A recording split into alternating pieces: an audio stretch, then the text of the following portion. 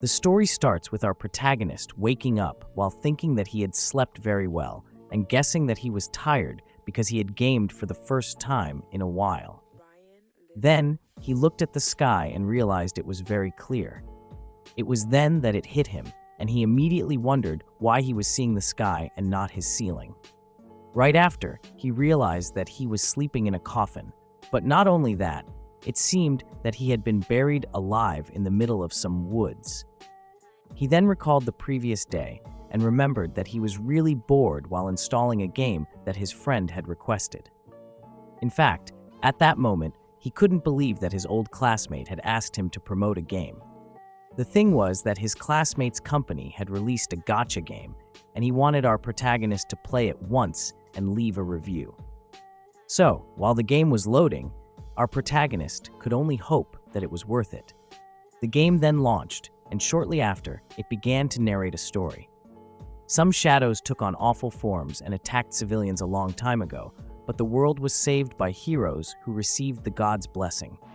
Then, after hundreds of years, the shadows returned without warning. However, even though the shadows came back, the power of light didn't, and without the light of the gods, humanity could do nothing but suffer from the shadows. At that point, our protagonist said it was the typical story of that kind of game, but he still kept watching.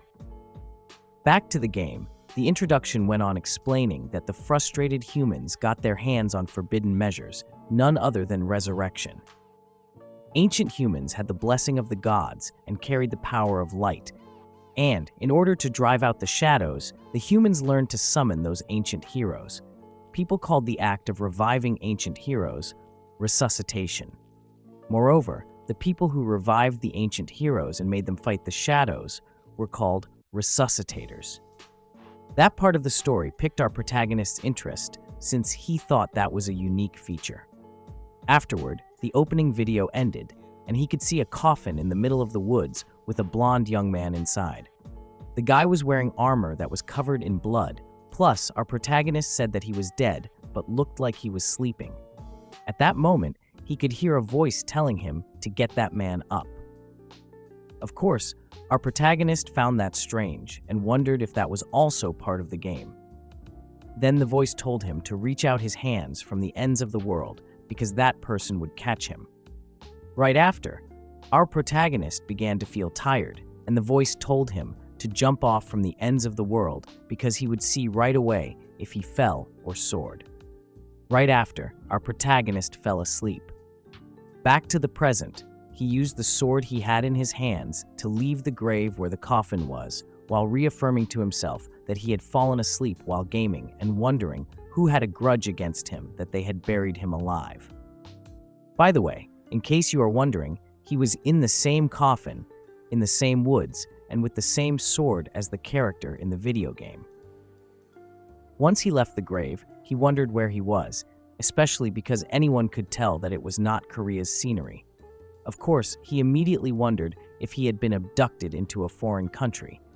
At that moment, he heard something and, since talking to the source of the noise didn't work, he got closer to a nearby bush. Nevertheless, when he began to poke it with his sword, something came out of it and hit him in the head. Luckily, it didn't hurt. On the contrary, it was a soft sensation, and when our protagonist opened his eyes, he could see a small flying sheep in front of him. Almost instantly, the sheep asked him not to get frightened, especially since he had been the one who had stabbed the sheep first. But the interesting part came later, when the sheep called our protagonist Mr. Resuscitator. Obviously, that surprised our protagonist, but before he could say anything, the sheep apologized for accidentally surprising him before explaining that it had taken a long time to build the system, which caused the sheep to be deactivated for a second. After hearing all that, our protagonist got flustered and confused because he couldn't understand anything about the sheep's words.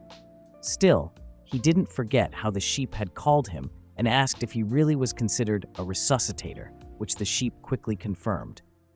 Afterward, the sheep formally welcomed our protagonist to the unknown world. That piece of information shocked him, but he then tried to find an explanation, and shortly after, he tried to convince himself that he was dreaming. He said to himself that the pressure from his friend to write a review had followed him to his dreams. Meanwhile, the sheep was explaining to him that even though he was from another world and hadn't received the god's blessing, there were no lives left that deserved their blessing anyway, so perhaps he was more qualified than others. Meanwhile, our protagonist wondered if he should write about how he dreamt about a floating sheep in the game when he wrote the review. The sheep then told him that it would explain the rest later, but first, he needed to choose a name in order to disconnect from his old world. Of course, the fact that he was about to disconnect from his old world was a big deal, but since he thought he was dreaming, he decided that it didn't matter. In the end, he thought that the sheep was asking him to name his player, and ended up deciding he was going to use the name Shane, since that had been his nickname since middle school, and he preferred to go with a familiar name. Once that was done, the status window that had popped up disappeared, and the sheep told him that he would give him the explanation of that world before asking him to follow it. Right after, the sheep introduced itself as Mesarthim and asked our protagonist to think of it as his guide in that world. After hearing that name, our protagonist asked the sheep if it had gotten that name from a constellation, since that was what people called Aries' Gamma Star, but it ignored the question, which bothered our protagonist. He then asked the sheep if it didn't think that it had tried too hard on the name because it was very hard to pronounce. In fact, he asked if he could call it Meh, since it was a sheep and cuteness matched it. The floating sheep seemed annoyed by our protagonist's attitude, but it still told him to do as he wanted before getting to the main point and making a status window appear, which made our protagonist say that it was totally like a science fiction movie. The sheep then explained that the world was collapsing.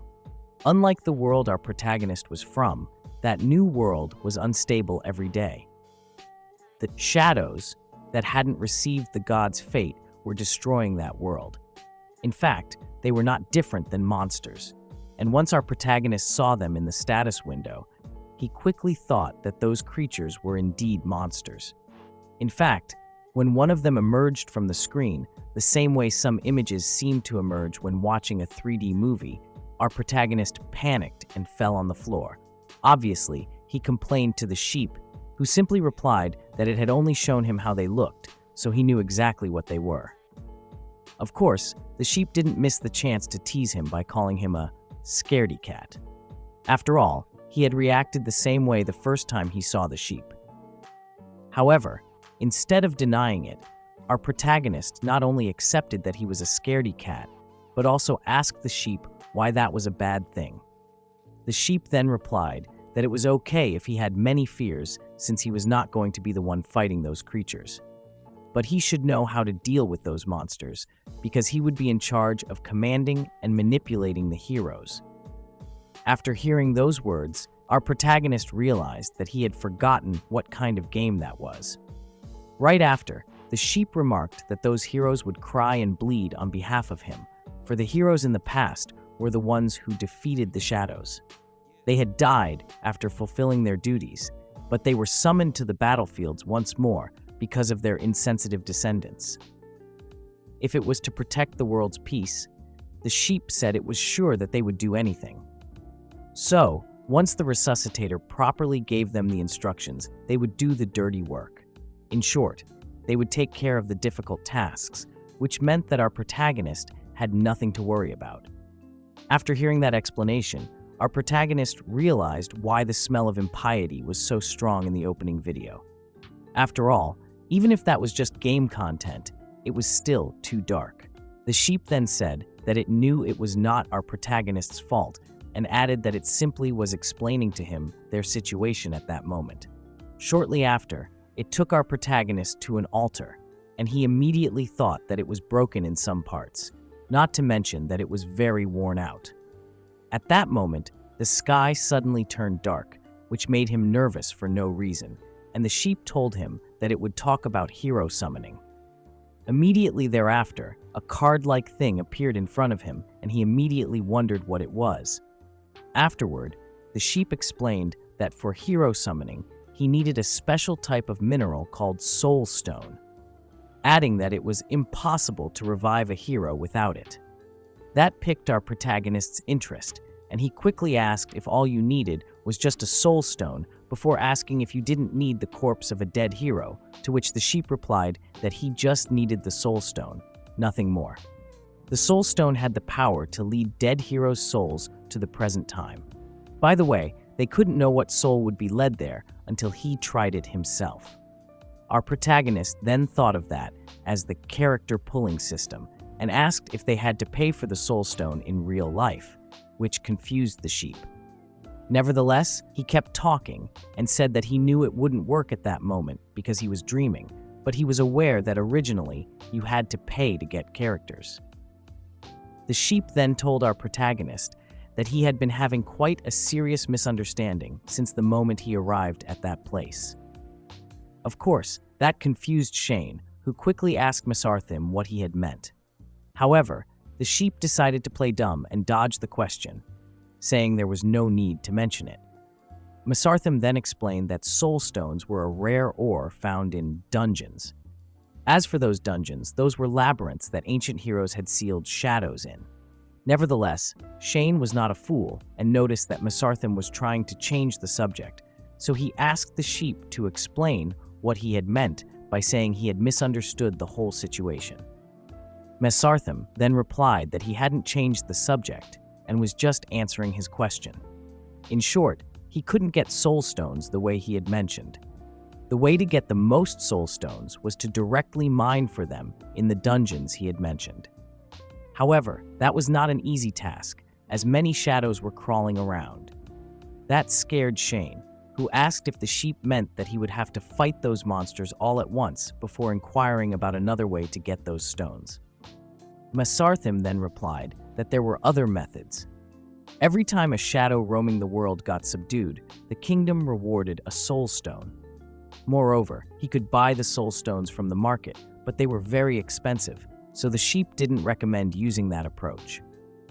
Afterward, the sheep told Shane that they should use the soul stone they had to perform a summon. The idea was for our protagonist to call his first hero. All he had to do was to take the card that was in front of him to the soul stone. Shane then grabbed the card and asked if the hero he would get would be a random one, and the sheep confirmed it. It could be the best general who commanded the Knights of the Empire, or a poorly skilled soldier if our protagonist was unlucky. In the end, Shane's fate would be decided by how lucky he got. Heroes were divided into 8 categories, depending on the group they belonged to in their lifetime. Additionally, they were divided according to their potential, from 1 to 5 stars, based on their strength. After hearing that, our protagonist thought that usually 1 to 2 star characters were only needed in the early stages when you were in a hurry, but in the end, you would need a 4 or 5 star character to be active. So the future would depend on whether or not he could pull a 5-star hero from the beginning, but after thinking that, he wondered if rerolling was a possibility in that game. That question was so important that he ended up asking Methim about it. Sadly, the sheep couldn't understand his question, and Shane had to explain to him that since it was impossible to buy a lot of soul stones, and they were also hard to get, it would be more efficient to keep resetting the pull until you got a good hero. So in short, what he wanted to know was if he could restart the tutorial if, by chance, he got a hero he didn't like. Nevertheless, as he was explaining his idea to Mesarthim, the sheep showed a deadpan expression, which made our protagonist wonder why he was reacting that way. After all, his mood seemed to have turned a little sour. Shortly after, Mesarthim finally decided to talk and said that it seemed that our protagonist's world was quite a comfortable place. After all, he was talking about restarting if he failed, as if it was the most obvious thing. That reply flustered our protagonist, and he quickly tried to explain himself, saying that he was just inside a dream and a game. But he was suddenly interrupted because the card he was holding began to shine to the point that he couldn't keep his eyes open. Of course, Shane asked what was happening, but Mesarthim ignored that question and told him that if that world could restart whenever something went wrong, then it would be such a great and convenient world. Nevertheless, the sheep was aware that our protagonist had made those comments because he misunderstood the situation, and Mesarthim hadn't corrected him. So Mesarthim knew that he had done nothing wrong. Shane then demanded the sheep to explain what he had meant by misunderstanding and to answer if he had been hiding something from him. Mesarthim then told him that it seemed like he was obediently following him because he was misunderstanding the situation, which was why the sheep hadn't pointed out anything. Right after, Mesarthim showed an ominous expression and asked Shane if he, by any chance, believed that the whole situation was a dream. The sheep then apologized and said that there was nothing he could do because after receiving a name and forming a relationship with a hero, he couldn't go back to his world. That astonished Shane, who asked the sheep if he had summoned the hero on his own. At that moment, he heard the same voice he had heard when he was playing the game, and that voice told him the same words it had told him that day. It tells him to reach out his hands from the ends of the world and hope that someone catches his hands, and to jump off from the ends of the world, and before that, he cannot go back to his own world. Mesarthim then tried to comfort Shane by saying that right up to the moment Shane meets the world's end, he would stay by his side. Of course, that didn't make him feel better, and he kept wondering what kind of situation that was. But the sheep seemed to ignore that and simply informed him that if the world came to an end and their connection was cut off, he would definitely be able to return to his world. However, Shane seemed to have problems hearing those words, not to mention that his vision suddenly started to become blurry. Afterward, Shane seemed to be submerged deep in black water, wondering where he was and why he couldn't control his body. He then recalled that he had been with a weird sheep up until that moment, and then, when he recalled the last part of their conversation, he began to assume that he was not in a dream, but in an unknown world, not to mention that he couldn't return. He then remembered his classmate and immediately thought that he was a crazy scammer. After all, he couldn't believe how that classmate of his had made him play that game. In the end, his current situation was that classmate's fault. Of course, he couldn't omit that the sheep had also scammed him, so he decided that when he woke up, he was going to take that fluffy ball and squash it down into a flat and round pancake.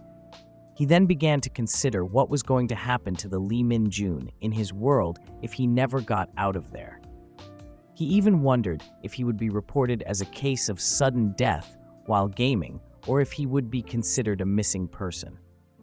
Furthermore, he also thought of his parents and wondered if they were going to lose their only child. On the other hand, he also thought of his job. After all, he had worked very hard to get it, and he didn't know what would happen to it.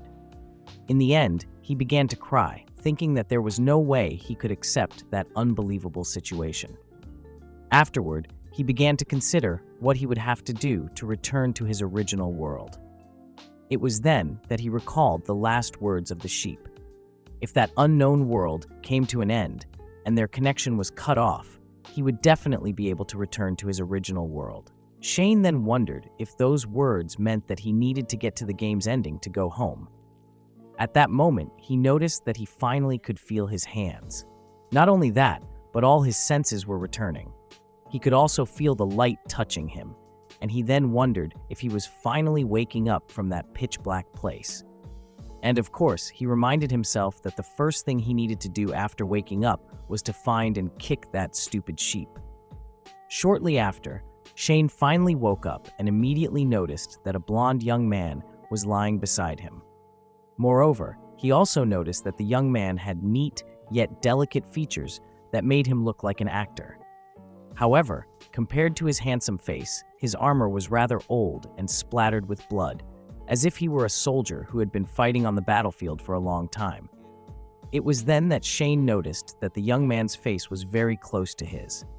In fact, he also realized that the young man was hugging him, looking like a scene from when you wake up the following day after attending a Diddy party. Shane became very flustered after realizing this and immediately moved away, putting some distance between him and the blonde soldier. He wondered why he was sleeping and hugging that man. Jeez, it's not a crime to be a freak. Let that nigga Diddy free. Our protagonist then noticed that he was not in the woods, but inside a building, so he wondered what that place was.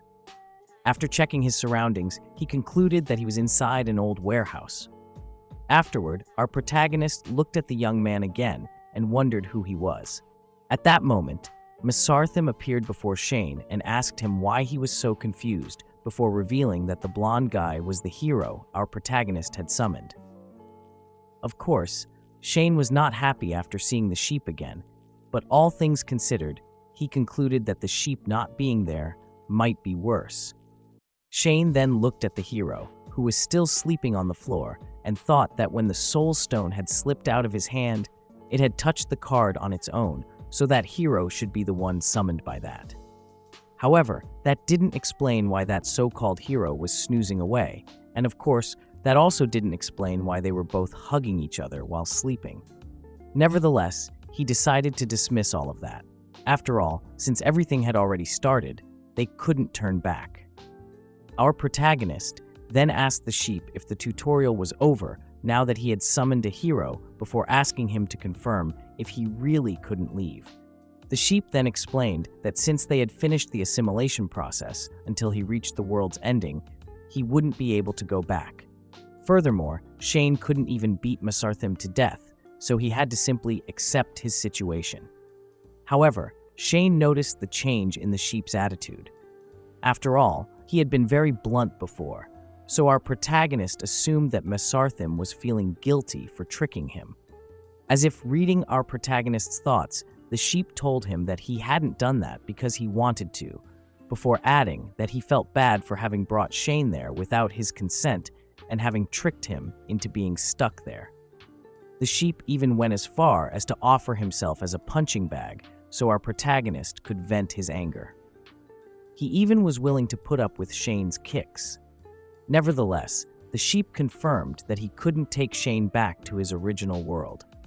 Our protagonist then told the sheep to forget all that, since Shane hitting Mesarthim wouldn't take our protagonist back, and our protagonist would only look like the bad guy.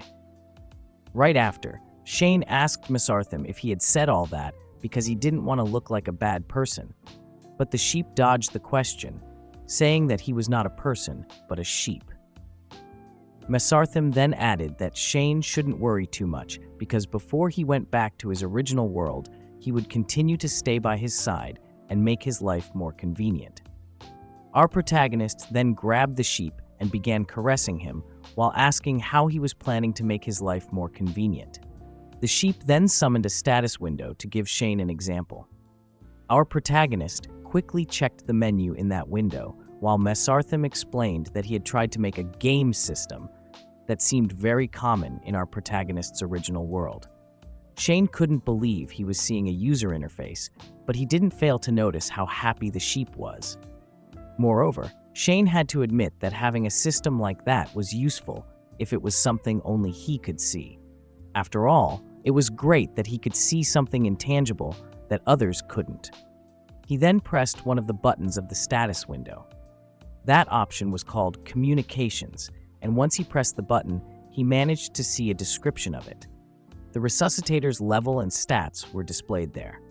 Plus, the higher the resuscitator's ability, the higher their lasting time for commanding heroes and the number of ultimates they could use. The next option was called Hero List, and there, the resuscitator could see a hero's level, skill, stats, and how many stars they were.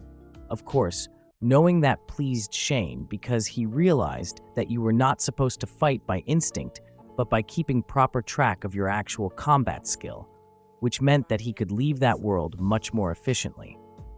At that moment, the sheep told him that the system wasn't originally part of that world, so he forced himself to make it by referring to Shane's world's games. So, even though it might be a little unstable at the beginning, it would continue to improve. Nevertheless, our protagonists seemed somehow disappointed after hearing that, to the point that he asked Mesarthim if that was all. Of course, the sheep was surprised after hearing that and asked our protagonist if he wanted more, to which Shane replied that he indeed did. After all, if it was a game system, there should be login rewards or daily quests.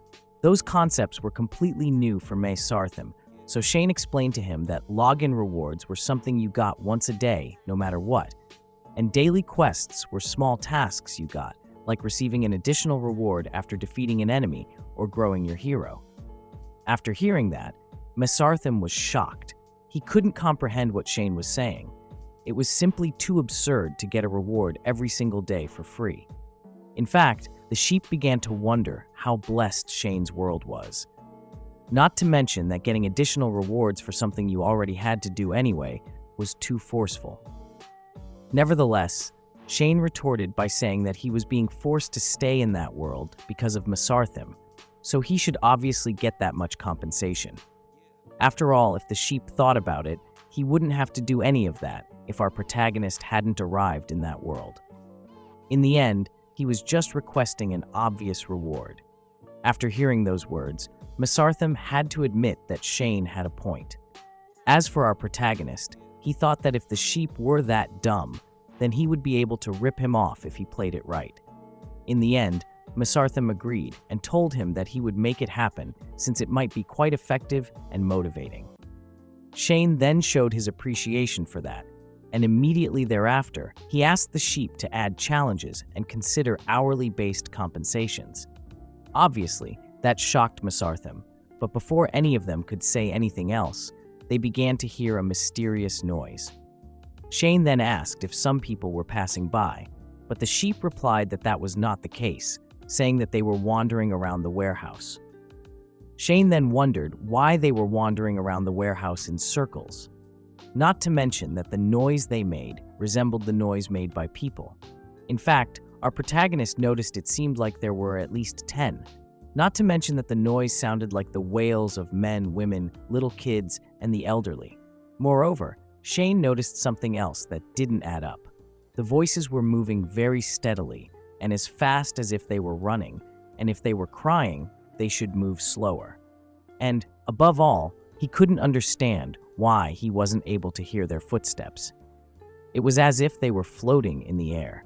At that moment, Shane finally connected the dots and realized that they were shadows, which Mesarthim confirmed. Of course, when he remembered the terrifying monsters he had seen in the video back then, our protagonist couldn't help but panic. Immediately thereafter, Shane decided that he couldn't let those things in and began to wonder if that warehouse was safe. After all, he had assumed that if the door was locked, those shadows wouldn't be able to break in. He then hears something by the door and quickly glances at it while he stands still in front of the door. He then thinks that the wailing noises have stopped, but as he takes a few steps forward, loud bangs are heard from the floor as if something is trying to break in. Our protagonists wonder if the shadows are trying to break down the door with just their strength. Shane panics, thinking that the shadows are trying to break in, and if this is kept up, the monsters are going to come in at any point. To make things worse, shortly after, Shane could see some cracks appearing on the door. Shane then thought of something and quickly asked Mesarthim where his sword was, but the sheep didn't seem to remember our protagonist having a weapon, so he told him that he had used one to get out of the grave where he had appeared. Nevertheless, Mesarthim replied that even if Shane had a sword, it would be useless because the shadows were not something he could directly go up against in the first place. After hearing that, our protagonist began to have a panic attack and yelled at the sheep, asking what the sheep wanted him to do, and then asking if the sheep could do anything to help him out, like emitting light from its horns, calling it a Mesarthim beam. The sheep tells him this isn't the time to be joking around and that it explained this to him earlier. Mesarthim then reminded Shane that he needed to use his hero to fight against the shadows, but the hero was still sleeping throughout this entire wreck, which pissed our protagonist off as he wondered how thick-headed his hero was. In the end, Shane knew that all he could do at that moment was to protect himself. Right after, he grabbed a shovel and prepared for the battle. The next moment, the shadows finally broke in, and a trembling Shane thought that he would beat them to death. Nevertheless, once he saw the shadows with his own eyes, Shane realized why weapons were useless against them and how different they were from the zombies and ghosts he had in mind. He describes the shadows as black tears flowing, a form with many faces grouped together and distinct voices, all letting out shrieks, and a horrifying and strange floating body. Shane was terrified after seeing the abomination in front of him. The creature was literally made of body parts, particularly heads. Perhaps it would be more accurate to describe it as dozens of bodies merged into an amorphous floating thing, with many heads moving on its surface, as if they were trying to escape from that monstrosity. As for our protagonist, he was wondering how he was supposed to fight that thing, because there was no way he could go up against a monster like that. There was no way he could win, as simple as that. Immediately thereafter, Shane, who was trembling in fear, grabbed the blonde hero by his shoulders and began shaking him, while telling him that it was not the time for him to sleep since a monster had appeared. Unfortunately, the blonde hero didn't respond, and our protagonist began to question out loud why the hero was not waking up. Right after, Mesarthim explained to Shane that he was not supposed to shake him to wake him, but he should lay down a command instead. That's why you have to complete the tutorial before starting the main story, or you have to read the instruction manual fully before starting to use a gadget. However, Shane couldn't understand the logic behind the sheep's words, and replied that he had to wake the blonde hero up first if he wanted to command him. At that moment, he heard a creepy noise and realized that the creature was extremely close to him, to the point of almost touching him. Our protagonist then wondered how could a huge lump of flesh move that fast, but Mesarthim interrupted his thoughts by yelling at him that he had to wake up the blonde hero. Sadly, Shane couldn't hear some of the words that the sheep was saying, and thus couldn't understand the message. So instead of laying down a command, he decided to grab the shovel and face the creature while demanding it with a trembling voice to stay away and cursing at it. Right after, he attacked the creature with the shovel, and almost instantly, he noticed that the shovel had simply passed through the creature, which shocked our protagonist, since that made no sense. After all, he couldn't feel anything. It was as if he had hit a ghost. Shane then wondered if that was why those creatures were called shadows. After all, they were like an illusion where he couldn't hit them, let alone touch them. To make things worse, the creature grabbed our protagonist with its multiple hands and lifted him while still making those creepy wails, which of course terrified Shane, who could only demand that the creature let him go. At that moment, the noises the creature made changed. Instead of wails, laughs could now be heard, and our protagonist noticed that which made him feel more despair since the creature had begun to grin after grabbing him. Not to mention that Shane couldn't understand why the creature could not only touch him, but also grab him while he was unable to do the same to it. Immediately thereafter, our protagonist yelled at Mesarthim, asking how that was happening. The sheep then explained to him that since our protagonist didn't have the grace of the gods, he didn't have the power of light to drive out the shadows. Nevertheless, Shane couldn't understand that explanation at first, because he thought that God's grace was a setup or a superpower. Nevertheless, shortly after he realized something, God's grace was actually the strength to attack those creatures. He could finally understand why all of that was happening, and his first action was to blame the sheep for failing to explain that to him in the beginning. You know, Mesarthim is quickly becoming the most annoying companion ever since Paimon from Genshin Impact. Back to the story. Shane couldn't even finish his sentence because the creature's hands began to strangle him, and while he was being hurt, he couldn't help but think that he didn't want to die. Shortly after, our protagonist's vision began to get blurry, and he thought that he couldn't die like that. At that moment, he watched his companions and thought that both of them had been of no help, particularly the blonde guy who was supposedly a hero, but sleeping was all he did. Shane then called him and told him that if he had a conscience, he should wake up and get rid of that damn monster. Immediately thereafter, a voice could be heard, a voice that said that he would obey that command while calling our protagonist Commander. Shane then felt how the monster had released him, and while grabbing his neck, he tried to understand why the creature had done that. It was then that our protagonist noticed that the shadow's arm had been severed, and Shane wondered if the blonde hero had just cut the shadow's arm with the shovel. After all, he had been sleeping until just a moment before. Nevertheless, The facts were that the blonde hero had just split the Shadow's arm in half, as if it was nothing, and now he was facing off against it. At that moment, Shane's thoughts were interrupted by Mesarthim, who called our protagonist and asked him, while crying, if he was okay. However, Shane got angry and told the sheep that he needed to get better at explaining. In the end, the hero hadn't woken up when he had tried to make him, and had only woken up when our protagonist had commanded him in his head. Mesarthim then feigned ignorance and told him that he had explained that to him previously. The sheep even told him that he had previously said that the hero was not asleep in the first place, but just inactive. The problem was that Shane simply hadn't listened. Of course, our protagonist was not willing to take the blame and refuted it, saying that even if the sheep had indeed explained that to him, there was no way he could understand it the first time, especially during that situation. Man, are you a gamer or not? Shane then turned his head to look at the monster and noticed that despite having been full of energy a minute before, it was currently hesitating and was not even trying to approach the blonde hero who was facing it. Moreover, our protagonist took a look at the shovel the blonde hero was holding and noticed that, unlike when he was swinging it around, now that the blonde hero was grabbing it, there was a faint light coming from it, which made him wonder if that was the so-called God's grace. At that moment, the blonde hero interrupted Shane's thoughts by saying that he wanted to reconfirm the first command laid down by his commander. The hero wanted to confirm if he had to destroy the low-grade target Wailing Faces.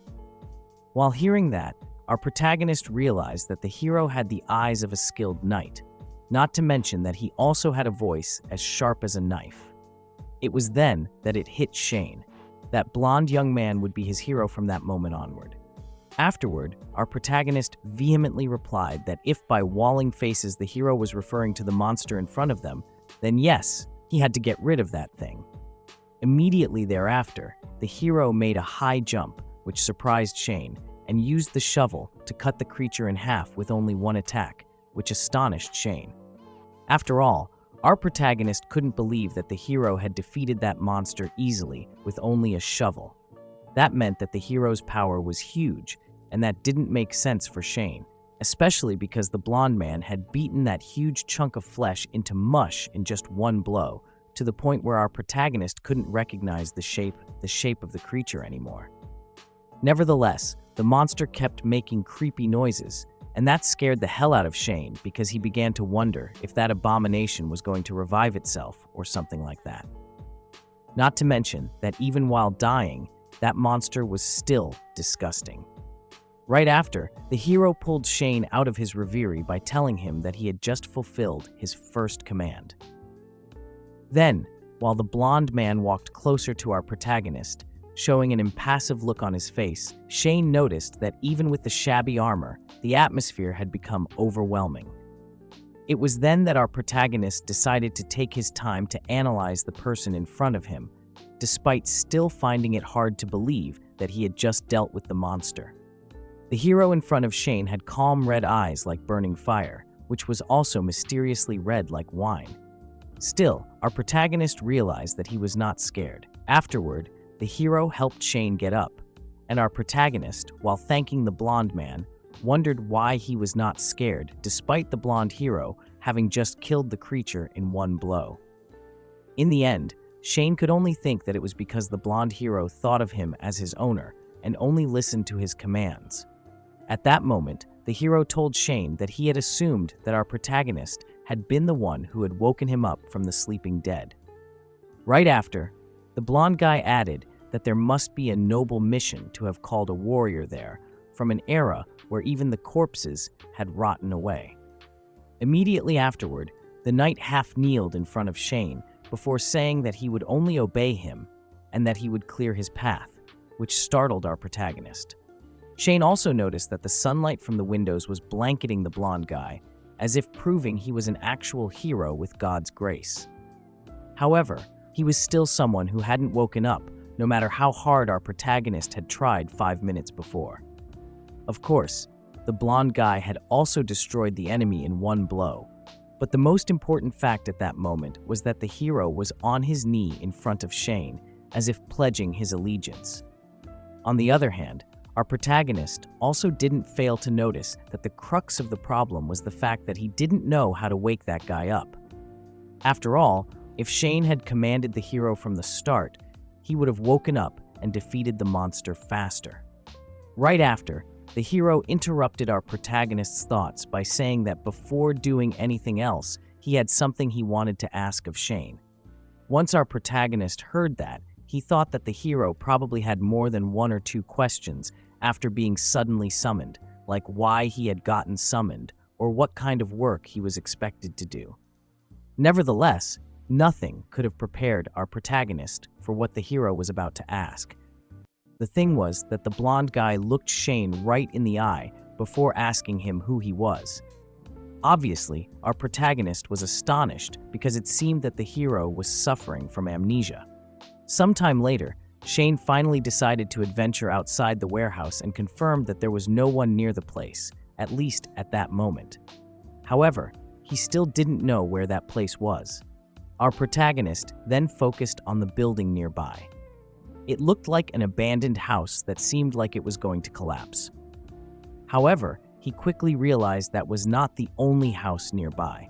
In fact, there were several houses, which made him think that the place was an abandoned village, since all the houses looked like they were about to collapse.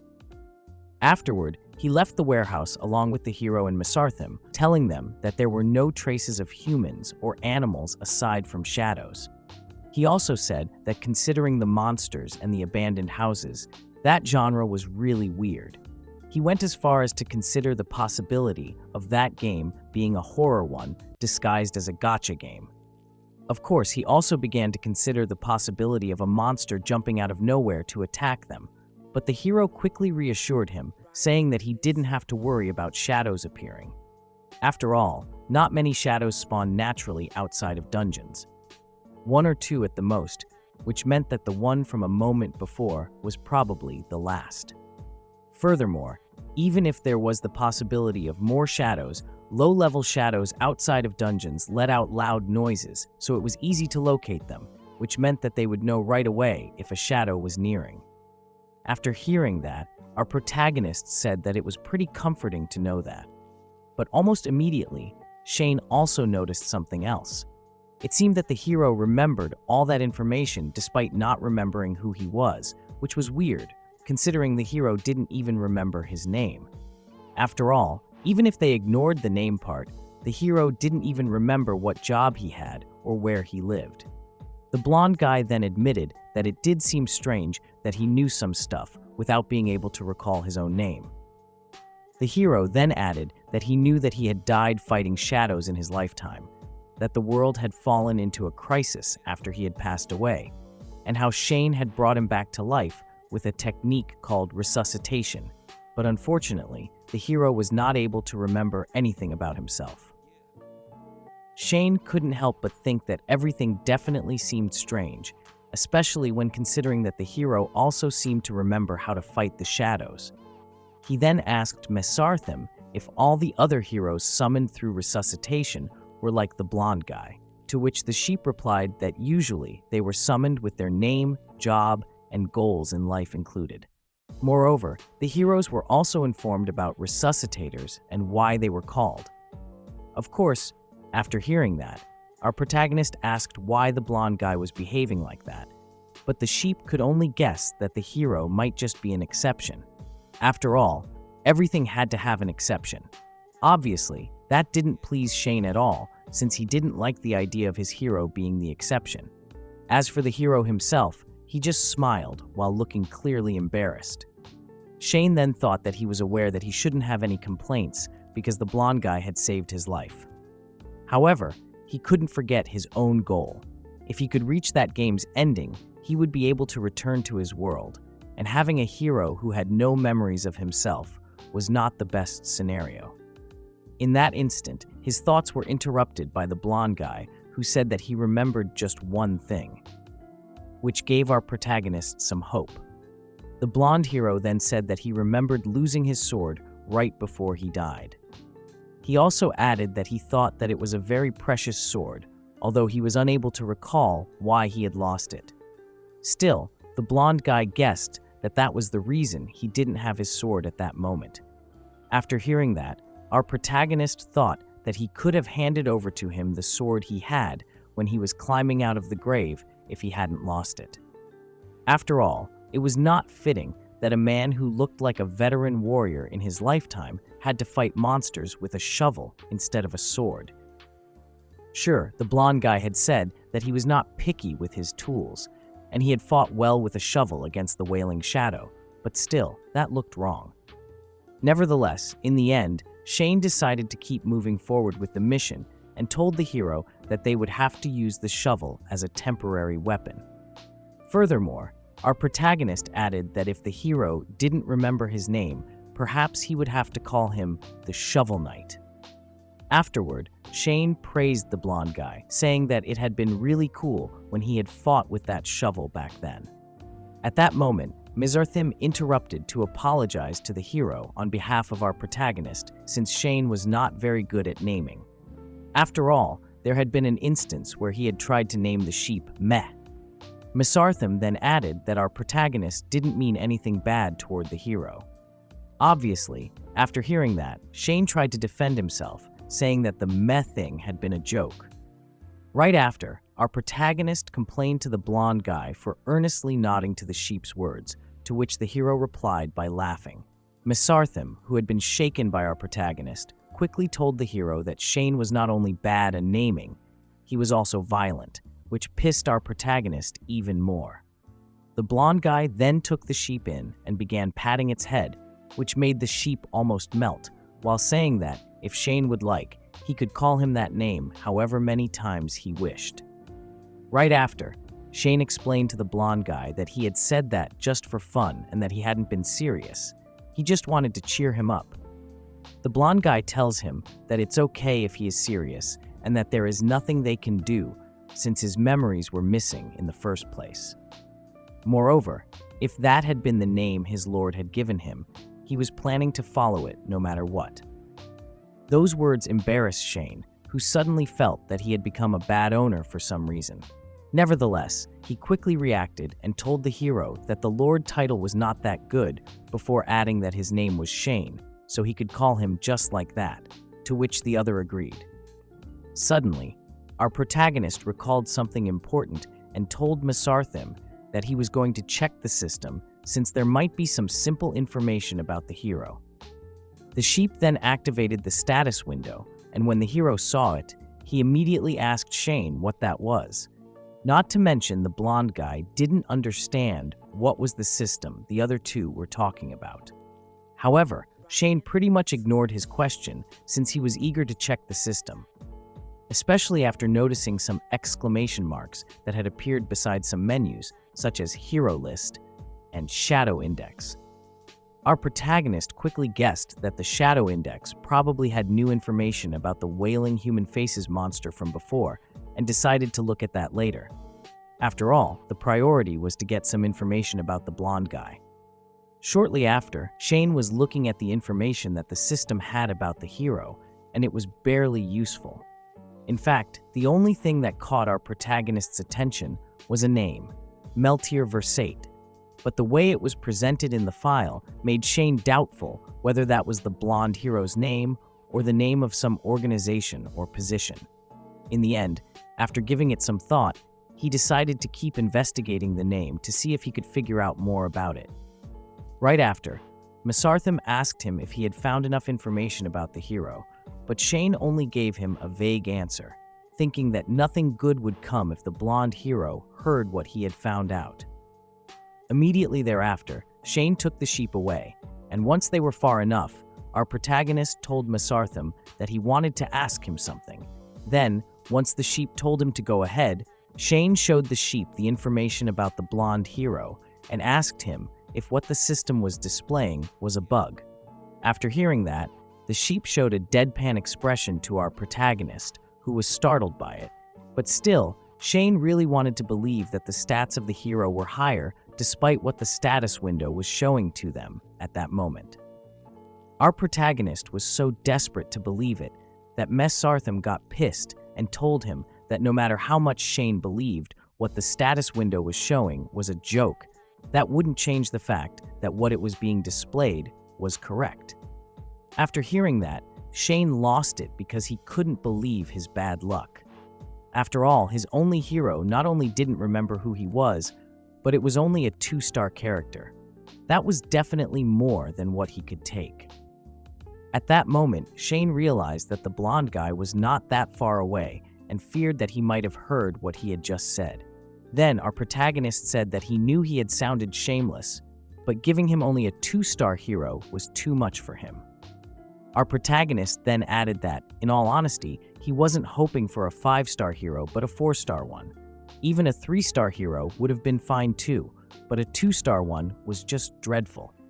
Sure, you could say it was better than a 1-star character, but still. After hearing the others rant, the sheep got pissed and warned him that saying those things out loud would make the hero find out what level he was. Nevertheless, Shane was still unwilling to accept what had happened quietly. After all, he was not playing a normal gacha phone game, but was being forced to fight real monsters in that place, just like back then inside the warehouse. In the end, if he was not careful, he could die. Not to mention that the shadow that had been about to kill him was even the lowest grade, which meant that scarier monsters would appear from that moment onward. Furthermore, since it had been set up that he couldn't even touch the shadows, he was forced to depend on his hero. So the crux of the problem was how he was supposed to fight with a 2-star hero with no memories or weapon. It was then that Mesarthim began to show signs of being flustered. Still, the sheep didn't back down and replied that there was nothing he could do about it because it was completely based on our protagonist's fate, what hero he summoned through resuscitation. Of course, that enraged Shane, who demanded that the sheep stop talking about summoning. After all, if he scammed someone into going to that world, he should at least give them decent tools. Even in small, cheap games, the first card was a 5-star, no matter what. Not to mention that Mesarthim was also the system manager, so our protagonist found it hard to believe that the sheep couldn't change the probability unless he really was totally incompetent. Being called incompetent seemed to have struck a chord because Mesarthim looked sorrowful while asking Shane what he had meant by that before saying that he had tried his best. Once our protagonist saw the sheep like that, he thought that perhaps he had pushed too hard. Immediately thereafter, Mesarthim snapped, began to cry, and yelled at Shane that he didn't know what world our protagonist was from, but you couldn't easily get everything you wanted in that place where they were. After all, if it was that easy, the sheep's world wouldn't be like that in the first place. Seeing the sheep's reaction, our protagonist became very nervous because he hadn't expected Mesarthim to start crying out loud. But before he could do anything, the blonde guy got close to him while showing a suspicious smile, which made Shane wonder if the hero had listened to their quiet conversation, and if he was angry about it. As if to confirm his suspicions, the hero said that judging from the information our protagonist had found, he could guess that he was not a good hero. Obviously, Shane tried to explain himself once he heard that, but in the end, he decided to apologize instead. Our protagonist apologized to the hero because he shouldn't have brought that up with him there. He had been careless. However, the hero said it was okay. He even let Shane know that he had also found out that our protagonist hadn't summoned him voluntarily. So, the blonde guy believed it made sense to be anxious after getting an unknown hero with no memories or weapon. The hero then smiled and added that he had no intention of being angry at someone who was weaker and didn't know much about the world they were. Of course, our protagonist noticed the sarcasm in the last part, but replied that he was not going to complain about it. Still, he said that since he was weak and didn't know anything, he didn't have the confidence to survive in that world, especially by himself. So, despite risking sounding arrogant, he had to consider the performance or the star rating of a being who was going to protect him. At that moment, the hero interrupted Shane and told him that he wasn't trying to be sarcastic, but was merely saying that they seemed to be in a similar situation. Our protagonist was weak like him, didn't know the past, and had also lost his weapon, so in that sense, they were in the same boat. That meant that as they continued to understand each other more, that could actually be a pretty good relationship. The hero then thinks that this is a situation where Shane could be confused and resentful. Nevertheless, the hero didn't stop there. He kept going and explained that he might be a little weak to protect our protagonist. Shane then decided to downplay the issue by saying that the hero was actually not even that weak since he had defeated that huge monster in just one blow. While our protagonist had gotten nervous and snatched Masartham away for a minute after seeing the creature. The blonde guy then said that he would still try his best to protect Shane and carry out his commands, even if our protagonist was an opportunist, judging a person by the performance and stars from a glass panel. What Shane didn't know was that the hero took the chance to get closer to that said panel, and taking advantage of his speed, the blonde guy pressed the button to see our protagonist's stats before he could stop him. And after seeing that, he was a level 1 character. The hero told him that since they were both pretty weak at that moment, they should try to get stronger somehow. Our protagonist couldn't react on time and got startled after realizing what the other had done, but still, he managed to regain his composure and told the hero that if he tried hard, even a little, he should be able to survive in that world, and once he recovered his memories and weapons, he would get stronger. As for Shane, he was going to try hard too. The hero quickly replied that he would be grateful if Shane did that, before adding that he had heard that the kingdom gave you a new soul stone if you defeated a lot of shadows as a resuscitator. So he had decided to aid our protagonist in getting a stronger hero for the survival of both of them. In the end, they both agreed to work together and shook their hands to seal the deal. It was then that our protagonist asked the hero if, by any chance, he knew the name Meltier Versete, but the blonde guy replied that he didn't know. He was not sure if it was because his memories were missing, but that name was not familiar to him. He even asked Shane if that could be his name, to which the other replied by showing the hero his file within the system, while pinpointing the place where it said that Meltier Versete had ultimately failed. Nevertheless, even after reading the text by himself, it didn't ring any bell to the hero, who simply said that he didn't know anything about it, even if it might be his name, not to mention that he couldn't recall what he had failed at. Afterward, our protagonist asked the hero if he wanted to go by Meltier from that moment onward, before adding that it was better to have a name than not. Moreover, if he thought about it, the chances of that being his name were quite high. After hearing that, the blonde guy agreed and added that he liked that name, so a hero had been given their first name, and a resuscitator had been given their first hero, which could turn out to be a good combination. The group then decided to keep exploring the village, as Shane wondered if it could be an abandoned village from a long time ago. Shane said he looked around but couldn't find anything. He mentions that there used to be a thing in games where you would break jars and get gold coins. Obviously, that caught the hero's attention, and he asked our protagonist what kind of games he was talking about where gold coins appeared from jars, but Shane simply replied that it was a cliché that was hard to explain. At that moment, our protagonist asked Masartham if he was going to keep being like that.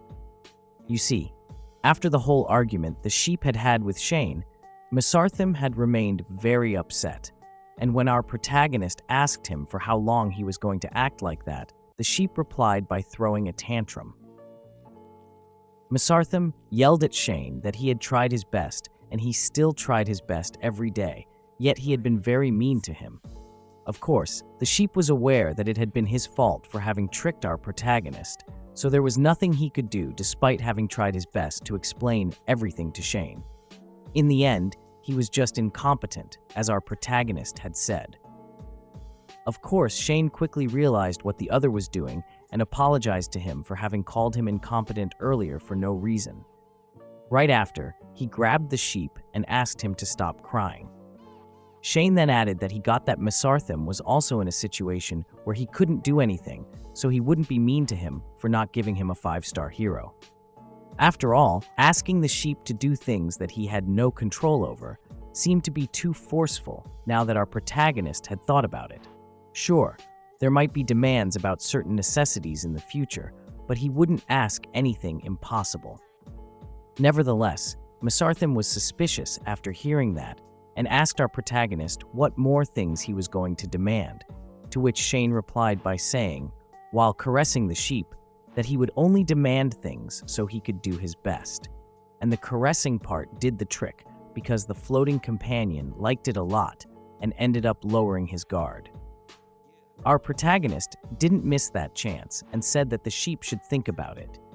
After all, if he lived on, it was a good thing for both of them.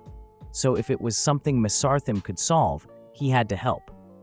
Furthermore, he also told the sheep that if he didn't do it right, he was going to be mean again, and Mesarthim replied by saying that Shane was harassing him again. At that moment, Shane's stomach made a huge noise, which embarrassed him, but in the end, he had to admit that he was very hungry. After all, he hadn't had a single meal since he had arrived in that world. Even the sheep thought it was normal that our protagonist was hungry and told him that it would be good to rest for a while. Shane then asked the sheep if he was hungry, but Mesarthim replied that he didn't have to eat. He could, though, but nothing bad would happen if he didn't eat. After hearing that, our protagonist said that it made sense since, considering that Mesarthim was floating without wings, it was obvious that he was not a usual sheep. Right after, he asked Meltier if he was hungry, to which the hero replied that he didn't have to eat either. The blonde guy also explained that he didn't feel a sense of emptiness like a living person, given that he had already died. Hearing that made Shane think that he was at a loss since he was the only one who had to eat something regularly. Nevertheless, the sheep quickly said that our protagonist didn't have to worry about it since he had provided meals as a login reward. The sheep even offered him a menu of fresh vegetables, cheese, bread, and beef. Shane then laughed while saying that that was definitely a helpful reward. Our protagonist then asked Mesarthim if he was sure he knew what login rewards were. That confused the sheep, who replied that those were daily rewards given. That made our protagonist explain to Mesarthim that login rewards should be oriented to help you progress in the game, even though in that situation, it was a helpful reward since it prevented him from dying of starvation. However, at that moment, he realized that it would be better to get a temporary sword from Mesarthim.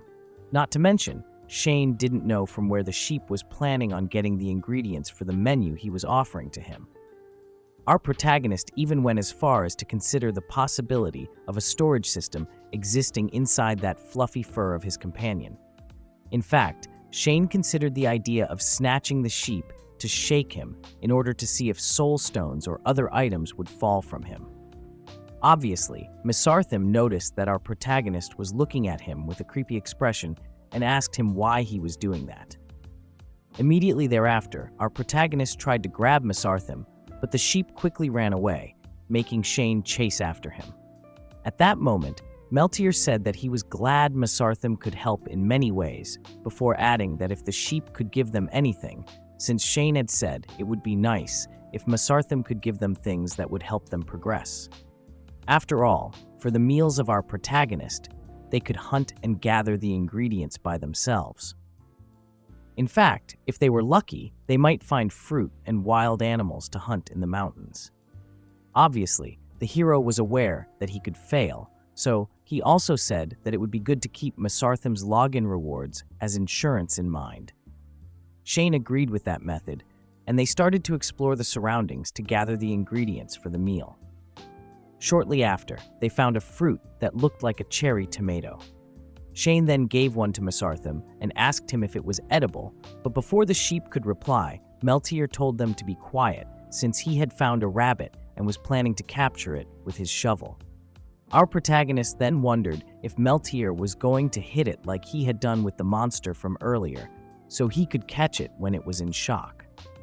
As for Mesarthim, he had teary eyes as he was trying to inform Shane that the fruit was very sour. However, our protagonist covered the sheep's mouth with his hand so he could be quiet. Shane then wondered how Meltier had not been noticed when he was that close to the rabbit and considered the possibility of it being due to the hero not being technically alive. Right after, the blonde guy hit the rabbit with the shovel and captured it. He then smiled at Shane and said that they now had meat to cover at least one meal. The hero then noticed something and said that if you didn't heat the cherry tomato-like fruit before eating it, the sourness would be too strong. He even asked if they had already consumed it. Shane then replied that he hadn't eaten it, but had fed it to Mesarthim, who demanded that our protagonist tell the hero the truth about how he had used him as a test sheep. It was then that Shane noticed something. Contrary to when the hero had defeated the monster, he hadn't seen any light particles from the shovel or any shockwaves. Our protagonist then thought that it could be because he hadn't needed that much force to capture the rabbit, but he also considered the possibility of what he had used back then being a skill attack while he had used a normal attack against the rabbit. After all, he was inside a game, and the characters were made up of normal attacks, skill attacks, and ultimates. Moreover, the thing that determined a hero's performance and what could become the most important aspect was the skill. It was then that it hit him. Shane had only read the hero description and not the skills. Right after, he opened the status window and pressed the button to see that information, but what he found out was that there was information added that didn't exist before. Our protagonist then asked Mesarthim if he had written that part or if he was getting those details from somewhere else, to which the sheep replied that he took information from another place and registered it in the system. Nevertheless, Meltier lacked some information, so Mesarthim temporarily filled in those parts. In fact, the sheep was planning on slowly adding more information as they got them. Right after, Shane finally found what he was looking for and noticed that Meltier had two attacks. The basic one was a normal physical attack, while his only skill, which was also physical, was called Downward Strike, and it struck down a single target. Moreover, the shock waves emitted in the process resounded in surrounding areas for a certain period of time. The system then advised to use that skill carefully, as those strong attacks took time to prepare for the next attack. Furthermore, it used 20% of one's energy, but it could be replaced through the resuscitator's mana. Finally, the system informed him that as he leveled up his hero and gained experience, more skills and techniques would open up. That confirmed Shane's hypothesis that the attack that the hero had used against the shadow was a skill. Unfortunately, he could not abuse that skill due to its requirements, but he also thought that shocking the enemies around you was not that bad. Shane even thought that that skill would be useful if they managed to use it at the right time and interrupt an enemy's flow of attack. Sadly, the system didn't explain how strong the shock was and how long it lasted, not to mention that he needed to know exactly how long the delay after using the skill was. In the end, that was the only skill they could use, so he needed to know everything about it. At that moment, Meltier interrupted our protagonist's thought by saying that the meat was all cooked, and Shane didn't waste time and started eating. Once he finished, he asked Mesarthim if by chance he had a stopwatch function. The sheep didn't understand what Shane meant, and our protagonist explained that a stopwatch was a device that could measure as little as 0.01 seconds. So since the sheep was basically a living system, he thought he could have that function. In fact, our protagonist added that he also wished there was a distance measuring system. Mesarthim got pissed after hearing that, but in the end, he admitted that it was possible to have something like that. Right after, he made appear a big pocket watch and asked Shane if he was talking about something like that. After all, it could measure as little as 1/6 of a second. Our protagonist took a look at it and said that even though it was not a digital watch, if it could measure time, that was all that mattered. He then thanked the sheep for listening to his request. At that moment, Meltier told Shane that he understood up to the extent that our protagonist wanted to measure a moment, but he wanted to know what he was trying to measure specifically, to which Shane replied that there was something he wanted to confirm. Right after, he asked the hero to stand over a place nearby and swing his shovel around. Shortly after, Meltier took the shovel and stood in a combat position while Shane said that holding a proper sword would look better. Our protagonist then asked the hero if he could attack faster with a sword than a shovel, but the blonde guy replied that the speed didn't greatly vary depending on the weapon. That surprised Shane, since he was expecting the equipment to affect the speed. Still, he decided to begin the experiments and asked Meltier to try doing 10 normal attacks before asking Mesarthim to measure how long one complete attack took. The hero and the sheep looked confused after hearing what our protagonist had said, but they decided to do as told. Shane then began to study the pocket watch that was floating in front of him and said that even though it was difficult to read since it was not digital, it seemed to be about 0.7 seconds. Meltier then asked Shane if it was important to measure that, and our protagonist confirmed it, before saying that he was also going to calculate the average, but in the end, had decided otherwise since the timings were strangely consistent. Right after, he asked the hero to try attacking 10 more times. Once the hero finished, our protagonist said that he wanted to measure his skill, the one where he smashed into the ground with sparks, the one he had used against the shadow back then. The hero seemed confused at first, but he quickly replied that that skill couldn't be overdone, unlike the attacks he had just done. Shane then replied that he knew that, so he was planning to measure that skill only 3 times. Furthermore, he would also check the range of the shockwaves since he wanted to see how far it could affect their enemies.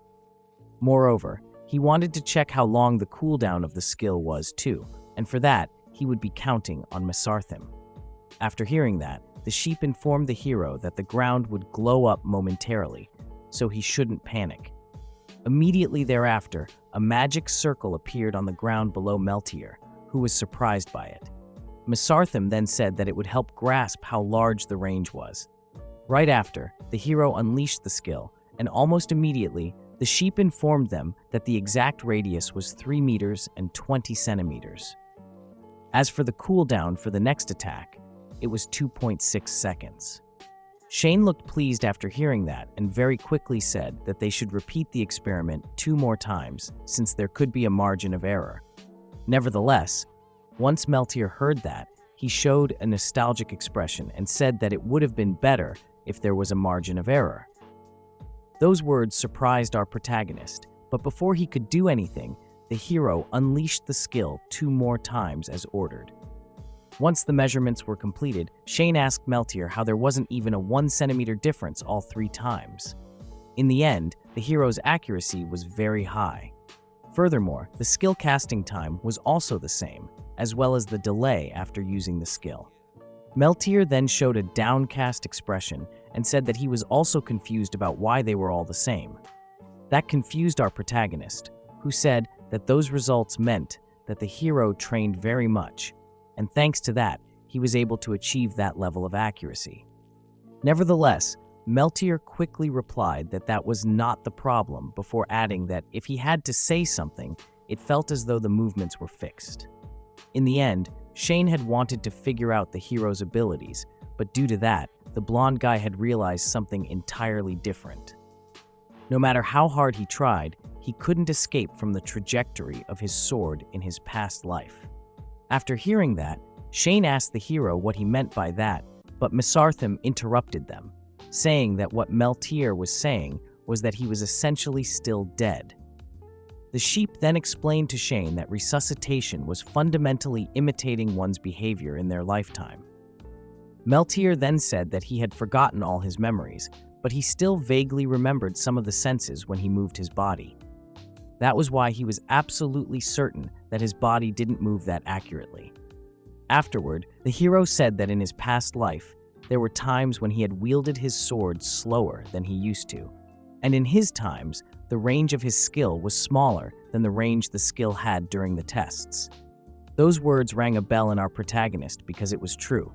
If it was any ordinary person, no matter how skillful you were, there could always be errors. The thing was that in front of him was a dead person, a corpse that was just repeating his past actions. Right after, Meltier interrupted Shane's thoughts by saying that after he had realized that fact and tried to swing the shovel down slower on purpose, his body continued to move on its own for some reason, as if there was a set move he had to do. Mesarthim then added that they could think of it as a limitation of resuscitation. That skill could bring back the dead, but you couldn't fully restore a hero who had died a long time ago. So, in the end, the only thing that was restored was the hero's main abilities. Now you know how it feels to be a free-to-play player in a gacha game. That explanation made sense to our protagonist because it matched with the hero's words about his movements feeling limited. Shane then thought that aside from abilities, other inefficient movements from his past life had not been restored. Of course, our protagonist quickly admitted to himself that the hero's movements being always the same was beneficial to him. After all, if you could predict their movements, you could efficiently plan your strategy, not to mention that he had originally done those experiments to come up with a strategy.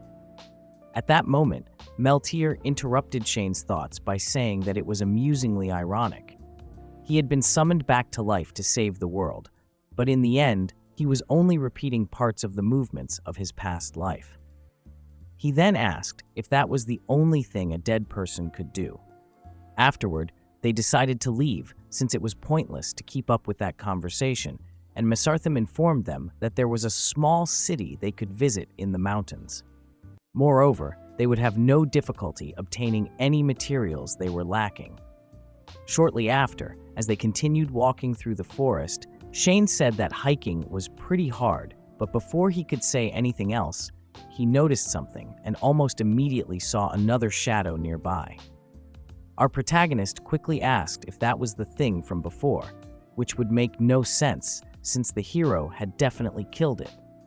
Meltier then replied that the shadow was probably a different one before adding that he could get rid of it, so Shane didn't need to be that scared. The resuscitator quickly yelled that he was not scared. Yeah, right. Before adding that he had just gotten surprised because he thought the shadow had come back to life to chase them. Nevertheless, Mesarthim saw through the big hole of that explanation and said that if that thing was chasing them, it would have come from the back, not the front. Busted! Obviously, Shane didn't like that and began to stretch the sheep while asking why that second shadow had appeared, but it was then that it hit him. He had seen something called Shadow Index earlier in the system. Right after, he opened the status window and checked that menu. There, he read the file of the shadow called Wailing Faces, which said that it was a shadow with countless faces to weep and arms to wipe its tears away. It can also rush its enemy with a powerful charge attack or stretch its arms out to strangle its opponent's neck. There were also other details describing its physical features. Shane also noticed something important. Rather than slicing it or hitting a vital point, it seemed that the game was structured so you could only kill the monster by inflicting damage and cutting off its HP.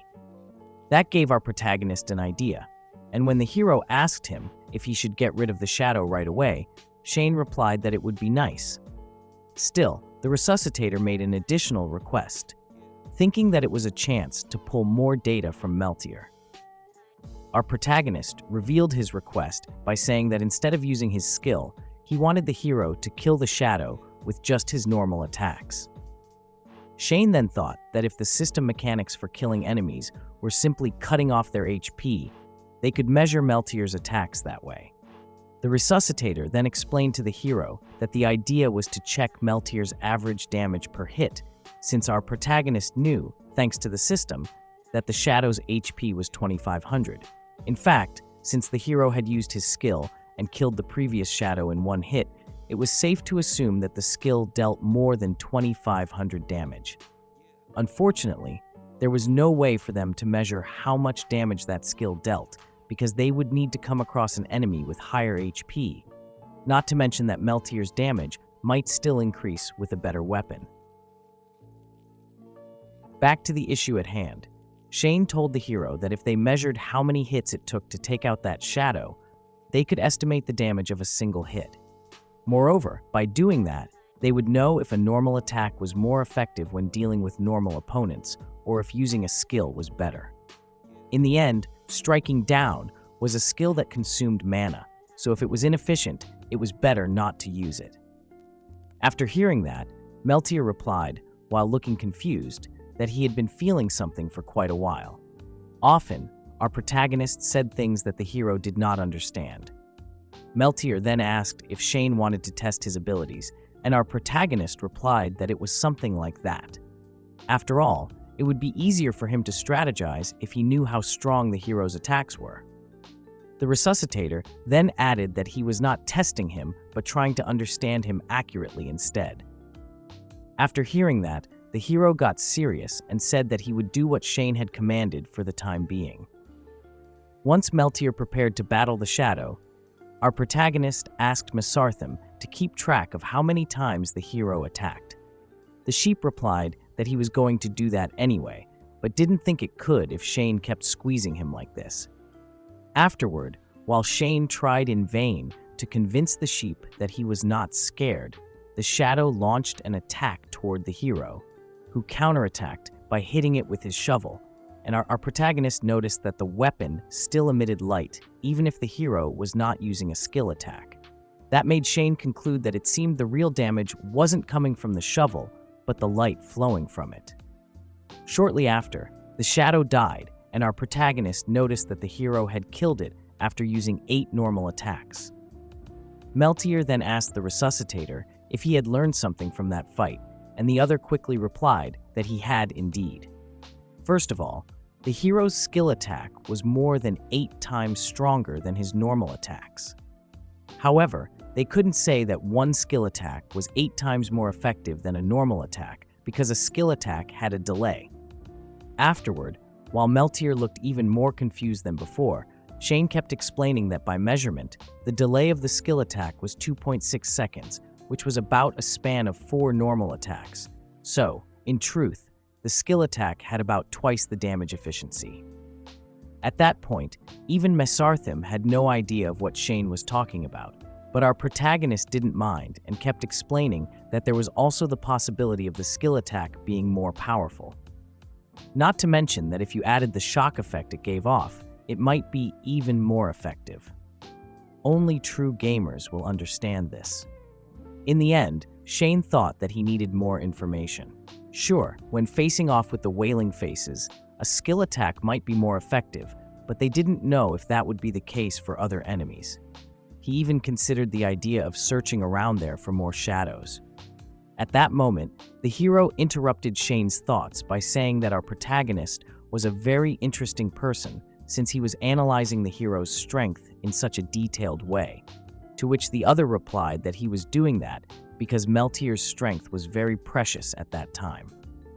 Those words touched the hero, and then Shane explained that his strength was precious because he only had him at that time. After all, the hero was the only useful thing he had, and if the resuscitator's mistakes made Meltier unable to fight, it would really be over. After hearing that, the blonde guy said that he understood what the other meant. Our protagonist was trying to use everything the hero had to offer, and Meltier thought that was a pretty good thing. Afterward, Shane asked the blonde guy if they should go on their way again, before adding that if they kept walking, he thought that they could make it over the mountain by the end of that day. Nevertheless, at that moment, something happened, and our protagonist lost his strength and was about to fall due to it. Luckily, Meltier was faster and caught him, which caused both of them to end up kneeling on the ground.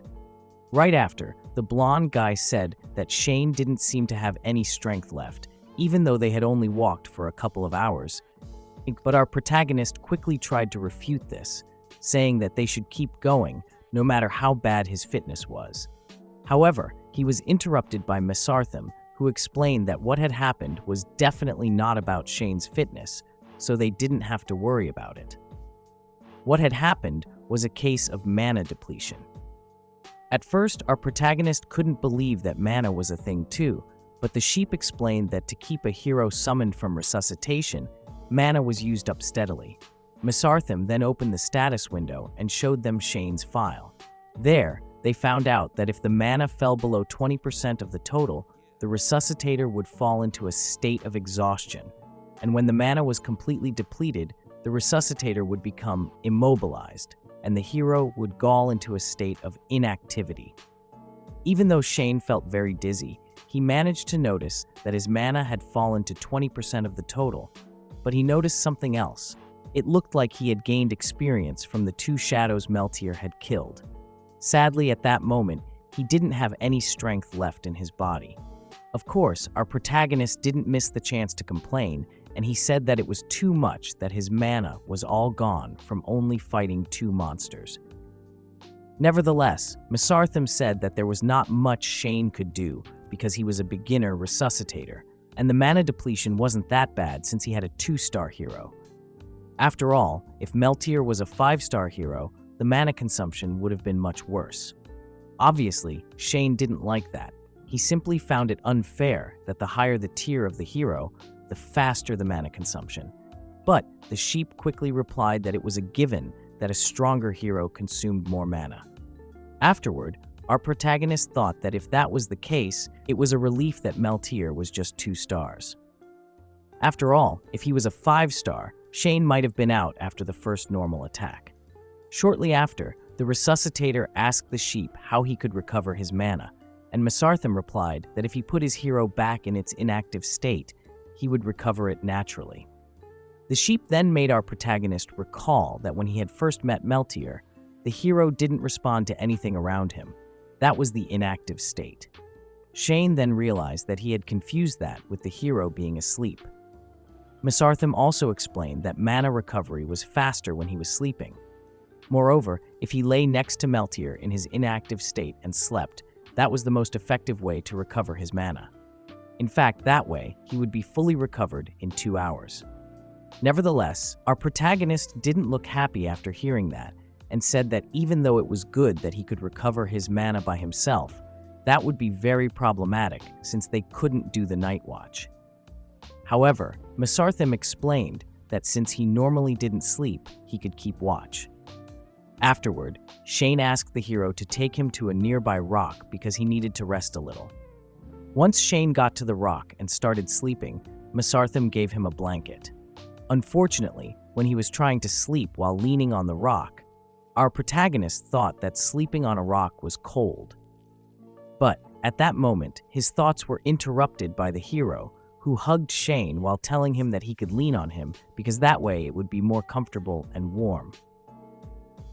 However, the resuscitator wasn't sure and asked if the hero was sure, since his shoulder might get hurt, but Meltier simply replied that he wouldn't feel anything during his inactive state. Not to mention that our protagonist was not that heavy. After hearing that, our protagonist thought that perhaps because Meltier was a foreigner, or because he was from a different world, he expressed skinship without hesitation. Right after, he recalled the moment when the blonde guy was summoned and ended up hugging him, and thought that it was a bit strange having skin-to-skin contact when they were both guys. Nevertheless, he then thought that it didn't really matter, because Meltier was a fellow partner who was going to be with him through thick and thin. Then, he told the blonde guy that he would be counting on him before thanking him, to which the hero replied, while smiling, that he should be the one saying thank you because he was able to move because of Shane's mana. Afterward, Meltier added that he hoped our protagonist could rest peacefully, and then they both fell asleep.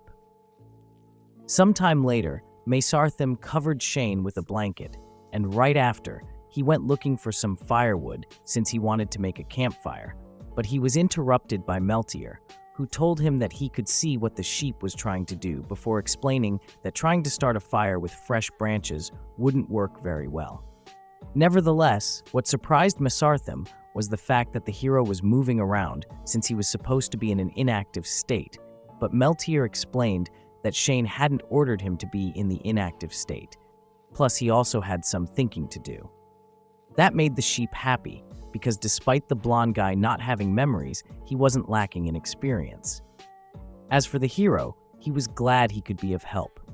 Meltier then got closer to our protagonist, and Mesarthim said that the hero and the resuscitator seemed like good people, so he was certain that they could get through that, to which Meltier replied with, "Hopefully." Meltier then said, while playing with our protagonist's hair, that he thought Shane was definitely an entertaining person, plus he was also very hard-working. After hearing that, the sheep added that Shane was a very diligent person who was doing his best in his current situation. He even went as far as to say that perhaps that had been the reason why they had picked him. However, almost immediately, he realized his slip-up and corrected himself, saying that he couldn't say that before asking the hero to ignore what he had just said. Luckily, Meltier complied, saying that although he didn't know what that meant, he was going to forget about it. Nevertheless, the blonde guy asked for something in return. He wanted to know what would happen if his body got severely hurt. After all, he was a dead person. The sheep then guessed that that was what had kept the hero awake and quickly told him that he shouldn't worry about that too much. Right after, Mesarthim explained that if the hero were ever to get hurt, he would be able to recover just fine from Shane's mana, no matter how bad the damage was. In fact, even if a normal person were to receive a serious injury, they would be able to recover if there was mana. In short, no matter how badly the blonde guy was injured, he would be able to recover fully. After learning that, the hero showed a nostalgic expression while saying that it was very convenient to get hurt multiple times and still be fine. Those words confused Mesarthim, and the hero explained that a living person was very weak, and once they collapsed, it was hard for them to get back up. In a way, humans were extremely vulnerable to failure. The sheep was still confused, but the blonde guy kept going and said that Shane had shown him the part in his file where it was written that he had failed. Nevertheless, he couldn't remember what he had failed or even how he had failed.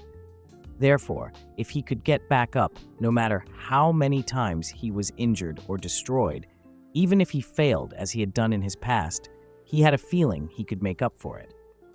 Immediately thereafter, he stabbed his left hand with a knife and asked the sheep if he was able to calculate how much of Shane's mana was used up to heal that wound.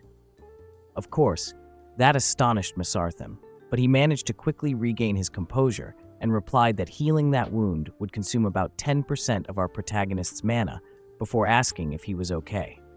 Nevertheless, the hero ignored the last part and said that even though the wound was not that big, it still consumed more mana than he had thought, before adding that he should have done a lighter injury so our protagonist wouldn't have been affected as much. As for Mesarthim, he kept asking if Meltier was hurt. After all, it should hurt even if he was dead. The blonde guy then said that it of course hurt, but in his opinion, the pain was nothing to a dead body. Right after, Meltier noticed that the blood started to go back to his body and realized that that was how you recovered. Mesarthim then said that he had been very worried before asking Meltier not to do that kind of experiment again, to which the other agreed on the condition that the sheep didn't tell Shane what had just happened because he would worry if he found out. The sheep agreed to that while wondering if Meltier was actually a weird person. After all, up to that point, Mesarthim had thought the hero was a good person because he was always smiling. The rest of the journey went smoothly, and our protagonist even gained some experience from the low-level shadows that appeared from time to time. In the end, they managed to make a steady pace toward their destination. However, they then encountered a new variant of shadow called Multiple Spiders, which was also a low-grade monster and looked as creepy as the other. This new one seemed like a fat man using several bodies as a mount, or like a hybrid between a human and a spider. In short, it looked like a creepy brother of the arachne form of Kumoko from So I'm a Spider, So What? Our protagonist immediately commanded Meltier to dodge once and do a downward strike, because even though that shadow was weak, it would still hurt if the hero got hit. The blonde guy obeyed, and while he was following those orders, Shane thought that the creature's only attack was the acidic vomit from his various human mouths. Furthermore, this new monster was slow and didn't rush like the wailing faces. Shortly after, Meltier killed it, and both he and Shane leveled up. In fact, at that moment, our protagonist had raised his level to 5, which had increased his mana capacity from 100 to 500. That was good news because more mana meant the resuscitator could manage his heroes better. At that moment, Shane decided to check their daily quests and found out that among the usual ones you could find, such as Battle 1 Shadow, raise the resuscitator level by 1, or raise the hero level by 1, there were some odd ones mixed, such as Pet Mesarthim's head 1 time, give Mesarthim yummy food, or give a compliment to Mesarthim. Still, our protagonist decided to comply since they were very easy to complete. Thus, shortly after, the sheep congratulated him for completing his daily quests before giving him a bag full of gold coins as a reward. In fact, that decision paid back a lot because Mesarthim gave him more gold coins for completing the odd quests, which made Shane feel elated. In fact, he started to see the sheep as his money bag. Mesarthim then said that our protagonist always wanted gold coins as the reward and asked if he didn't need any other reward, to which Shane replied that it was because the other rewards were capes and food, which you could buy anytime in the city if you had money. After hearing that, the sheep called him a snob, which pissed off our protagonist, who said that he worked hard collecting for everyone. In fact, Shane began to chase Mesarthim in order to punish him. Luckily for the sheep, Meltier interrupted them by saying that our protagonist's patience was about to pay off because they had finally arrived at their destination. Shane was delighted as they got closer to the city that, in his words, looked like a city clouded in shadows. After all, it had gray walls that ran across the entire horizon and tall towers like those of the Middle Ages. Nevertheless, in the end, that didn't matter because what was important to our protagonist was the fact that he was about to meet living humans for the first time since entering that world. Still, he asked Mesarthim why he had told them that the city was small when the scale of the place was huge, to which the sheep replied that the city was fairly small compared to others. He then added that everyone in that world gravitated towards cities, so there were many cities that were much bigger. That revelation surprised our protagonist, and he asked Mesarthim if all the people really lived in cities. After all, he was expecting that some people lived in the countryside. After hearing that, the sheep asked Shane to remember the first village they had seen back then. That place looked pretty much abandoned, and the sheep explained that all the small villages in that world had been in that condition for a while. Of course, that caught our protagonist's attention, and he asked how those villages had become like that, to which Mesarthim replied that it was from shadow attacks. No matter how low of a grade a shadow was, they were dangerous to any average human nonetheless. So, it was fair for humans to abandon their homes when they couldn't chase or kill the shadows and didn't know when they would appear next. Still, Shane wasn't convinced with the explanation and said that if there was a resuscitator, they could get rid of the low-level grade ones easily. However, Mesarthim said that that would be the case if there was indeed a resuscitator living in a small village where there were only low-grade shadows. At first, our protagonist didn't understand what the sheep meant, but then he realized something. Resuscitators were the first to leave for the cities, so humans could no longer live in places without them. Furthermore, Mesarthim also said that because resuscitators those days were all migrating to dungeons where they could take down shadows in large quantities, they were all milling around in cities near those dungeons and were less and less in small villages. That surprised Shane because he hadn't expected that there was migration even in fantasy worlds. He then asked if the places near the dungeons acted like a rest station, but the sheep didn't understand those concepts. So, Mesarthim replied that there was a dungeon not far from where they were, but that dungeon itself was very small. Our protagonist then asked if the city where they were at that moment was a good base for resuscitators. After all, according to what the sheep had said, it would make sense to assume that, and Mesarthim quickly confirmed it. In fact, he added that they would probably find equipment for resuscitators and weapons for heroes in that place. That made Shane look at Meltier, since he wanted to get a weapon for him, but when he noticed the hero's expression, he quickly asked him if there was something wrong, to which the blonde guy replied that he had just thought that if there was a lot of resuscitators, then there would also be heroes. And that got him thinking that there might be a possibility of some heroes remembering him, or a clue to recover his memories. After hearing that, Shane smiled and replied that that was definitely possible, before adding that the city might hold a clue on finding Meltier's identity. Nevertheless, after thanking our protagonist, the hero said that he thought Shane should fix his appearance before they did anything else. That embarrassed the resuscitator, who said that he hadn't been focusing on his appearance since he had arrived in that world, before adding that he was going to wash up at an inn and buy some clothes for both him and Meltier. However, Mesarthim quickly said that Meltier was okay because he didn't sweat, unlike our protagonist, because there seemed to be a stinky smell coming from him. Obviously, that pissed Shane a lot, and he quickly said that he had forgotten that Mesarthim deserved a nice hard scrub. Right after, he grabbed the floating sheep and began to squeeze him while wondering out loud how he should wash Mesarthim and saying that he really felt the need to put the sheep in a washing machine and spin it for 10 hours, which the hero found fun.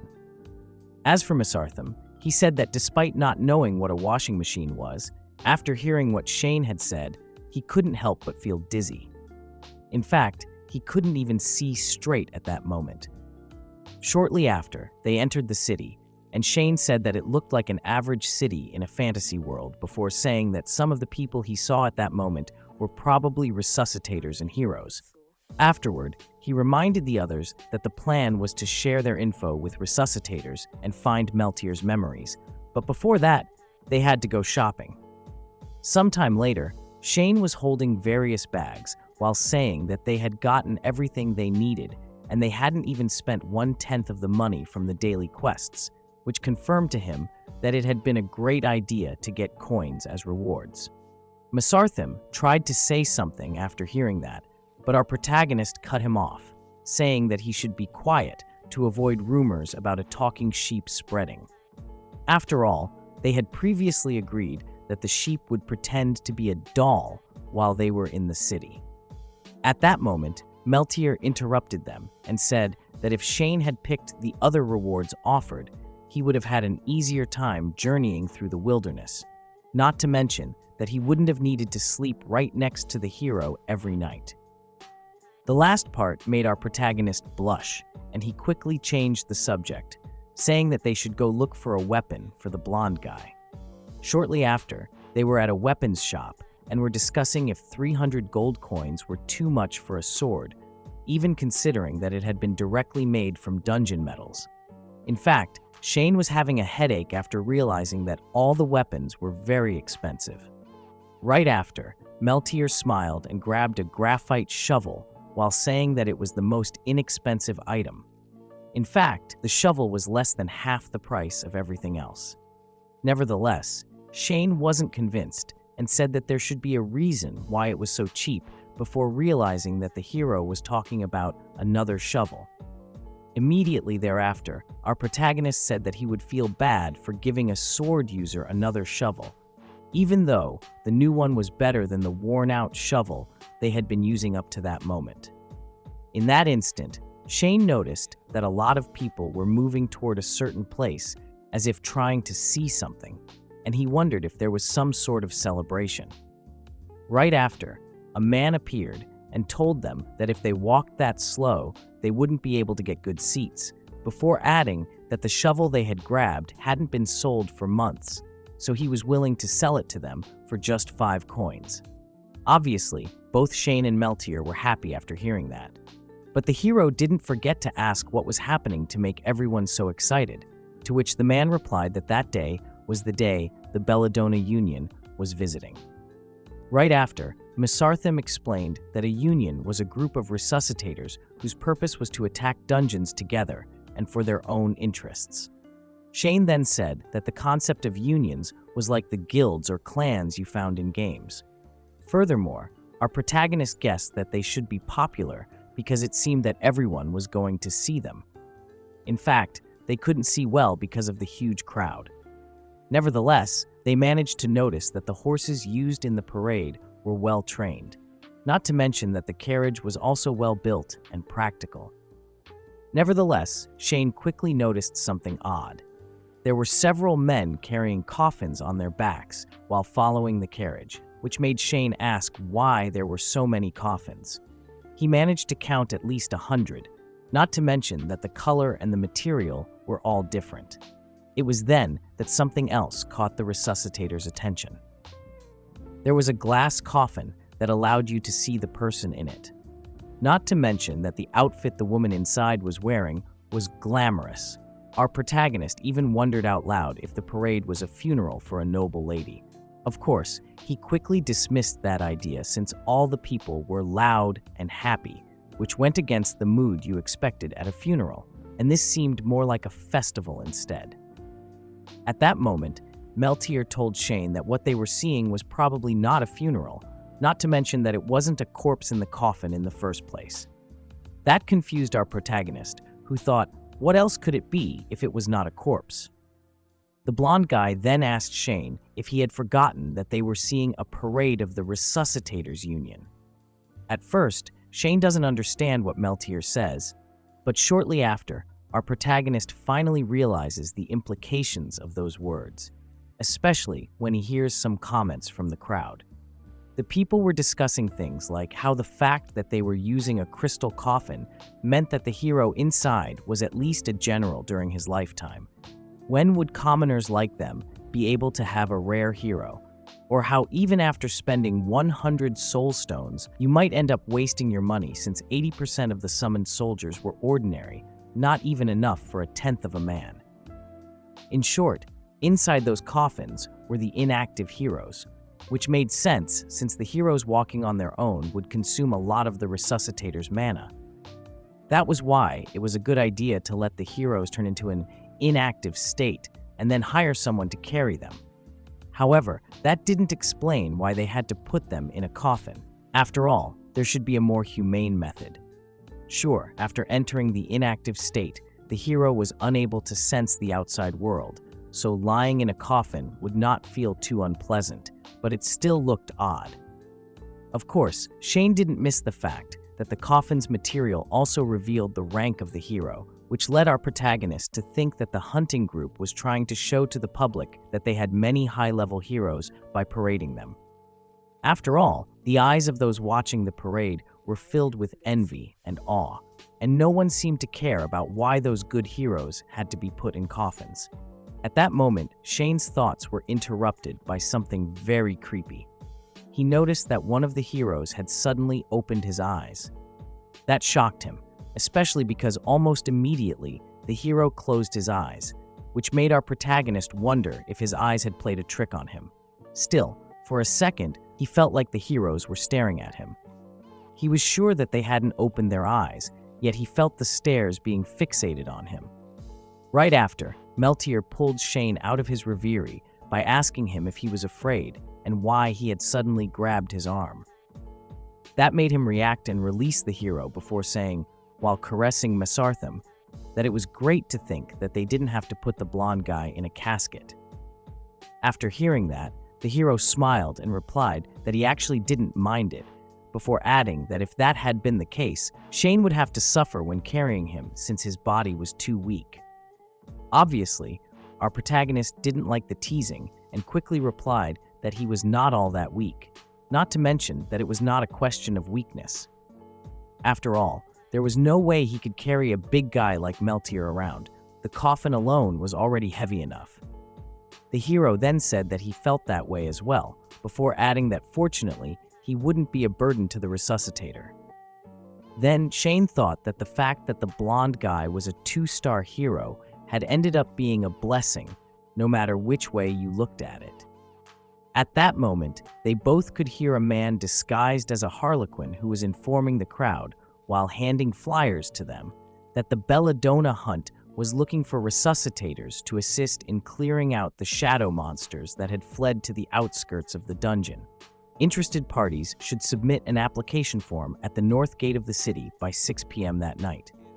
While hearing the announcement, Shane managed to catch one of those flyers and began to read it. Thanks to that, he learned that for every low-level shadow killed, the resuscitator would receive 1 coin. Moreover, after hunting 50 shadows and obtaining certificates, the resuscitator could exchange them for 1 soul stone. The fact that the Union was using flyers surprised our protagonist, but then he realized he didn't understand what they meant by clearing out the shadow demons that had fled to the outskirts of the dungeon. Right after, Mesarthim explained to him that the hunting group's objective was to raid the dungeon. but there would be some weak shadow monsters escaping from it. So when the powerful battle resuscitators entered the dungeon to fight with the menacing shadow demons, they had to recruit temporary workers to clear out the weak shadows outside of the dungeon. Shane finally understood the situation after hearing the sheep's explanation, but he still thought that calling them temporary workers put things way too bluntly. Nevertheless, he then realized that their current level might be just right for that job. After all, according to the flyer, as long as you were a resuscitator with a hero, you could earn soul stones through that opportunity. Sure, he was aware that, generally speaking, the kind of advertisement promoting that anyone could earn lots of money no matter what was usually a scam, but on the bright side, they could think of it as a rookie mission for them to practice. After all, with his current abilities, that job couldn't have been better. Afterward, Meltier asked Shane what his thoughts were and if he was planning to sign up, to which the other replied that it was not bad to take part once, before adding that they should think about it as gaining experience. Sometime later, they arrived at the North City Gate and were surprised since there were a lot of people there. But then Shane recalled that all the resuscitators, also known as summoners, were in the city. In fact, our protagonist knew there was no limit to the number of people who could easily get selected, but he hadn't expected the competition to be that fierce. Then, after noticing that Shane looked very stressed, Meltier told him that they might have a chance, so he didn't have to worry too much.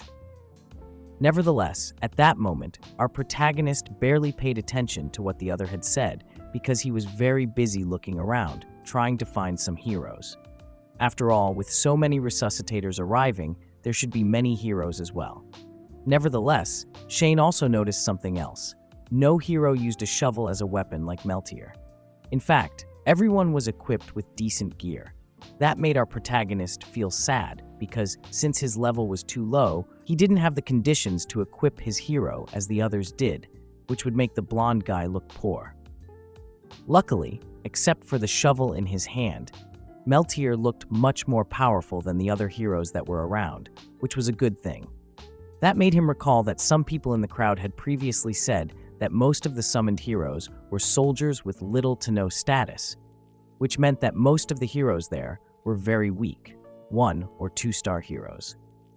However, Meltier had clearly said that heroes did not need to sleep and did not feel tired, and that didn't match what he saw at that moment, because all the heroes around looked very worn out and exhausted, as if they had been forced onto the battlefield. Shane then realized that Meltier was no longer with him, but he quickly found him speaking to another hero, which surprised him, even though it seemed like they hadn't met on the battlefield before. Still, our protagonist was amazed by how fast the blonde guy had mingled with other heroes, because that proved that Meltier's affinity was really extraordinary. Shane even said out loud that it seemed that his puppy was very popular outside the vestiges. Right after, it was finally our protagonist's turn, and he quickly entered one of the tents there along with Meltier. Inside, there was a young woman who immediately asked them if the weapon that the hero wielded was a shovel, before admitting that it looked quite sturdy. In fact, she even said that, all in all, it was better than those who, for the sake of showing off, let their heroes go into battle with swords they had never used. Right after, she asked them to write down their names and the hero's experience on a sheet of paper she handed to them. Sadly, that put Shane in a tricky situation because he didn't know what he was supposed to write when Meltier didn't remember anything. Sure, he could simply write that he didn't know, but he could bet that that would definitely be voided. Nevertheless, while our protagonist was struggling to decide what to write, Mesarthim activated something, and some yellow particles could be seen, which surprised the resuscitator. Almost immediately, a text appeared on the sheet of paper with a detailed biography of Meltier. And then Mesarthim whispered to Shane that since he didn't have any info on the hero, he had just made up something vague, but he was sure that that would be enough and that no one would be suspicious. Of course, that elated our protagonist, who quickly told the sheep that he was amazing while looking at him with sparkling eyes. Afterward, he handed the form to the woman, who confirmed to him that they had received his application. Immediately thereafter, she handed him a bracelet and told him that he should let his hero wear it before they returned the next day. She added that for every shadow killed, a thread on the bracelet would turn white. After hearing that, Shane thought that that thing could record the number of shadows a hero had killed. Moreover, that also allowed him to calculate the amount of gold coins he would be receiving based on the number of white threads there were. In the end, our protagonist had to admit that the item was pretty well designed. Finally, before they left, the woman told them that they would depart the next day at 7 in the morning and that grouping would be done before departure, so they should arrive at the North City Gate 30 minutes in advance. Once they left, Meltier told Shane that being grouped meant that they would be fighting alongside other resuscitators the following day, and the other replied that he hoped they met people who could cooperate nicely with them, before adding that it would be nice if they could get some useful information out of them. He tried to think positively, because the thing he wanted the least was to meet some slippery fellows like in those college group projects. At that moment, the hero said that he had obtained some useful information while chatting with the other heroes, which caught our protagonist's interest. The blonde man then explained that the purpose of the Belladonna hunt at that time was to find a certain crystal located in the Edeltan dungeon that was nearby. After hearing that, the resuscitator concluded that the crystal should be really important since they were dispatching hundreds of heroes in that campaign. That was confirmed by Meltier, who said that he had heard that that kind of crystal was very expensive. In fact, according to the information Meltier had gathered, just one of those crystals was worth enough gold coins to pay every single beginner resuscitator there.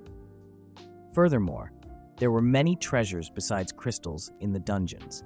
So if the raid at that time was successful, the Belladonna hunt would surely gain endless wealth.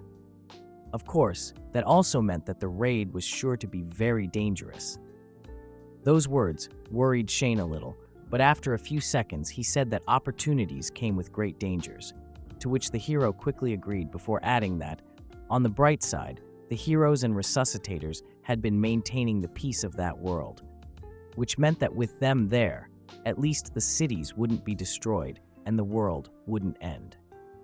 Our protagonist then said that instead of one where you only just saved the world, a game with a business and economic system was slightly better. At that moment, Meltier noticed that Mesarthim looked sad and patted his head while saying that they should talk about something else, even though the sheep didn't know if there was anything else to talk about. The blonde guy then explained that he had heard that the heroes of the Belladonna hunt had been oddly uneasy ever since they arrived at the city that day, but that was only a rumor. Our protagonist then asked if, by heroes that had arrived at the city, he meant the ones that had arrived in those caskets from before. Right after, Meltier said that during transportation, the heroes had been in the inactive state, but they all had claimed that they had seen someone in their dreams. And those words triggered a memory in our protagonist because he immediately remembered the moment when he saw that hero opening his eyes and looking at him. Obviously, Shane began to think that what had happened had not been a hallucination, but that they had been actually looking at him. The problem with that theory was that the heroes had their eyes closed. Immediately thereafter, our protagonist asked Meltier if the heroes had said who they saw, to which the other replied that they hadn't, before adding that to him, the reason was obvious.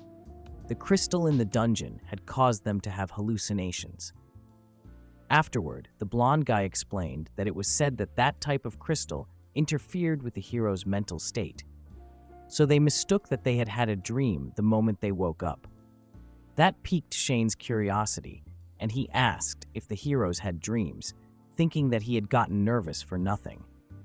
In fact, he also thought that if he said that the heroes in the glass caskets were all looking at him, the people would probably think that he was full of himself, and they also would think that our protagonist was crazy.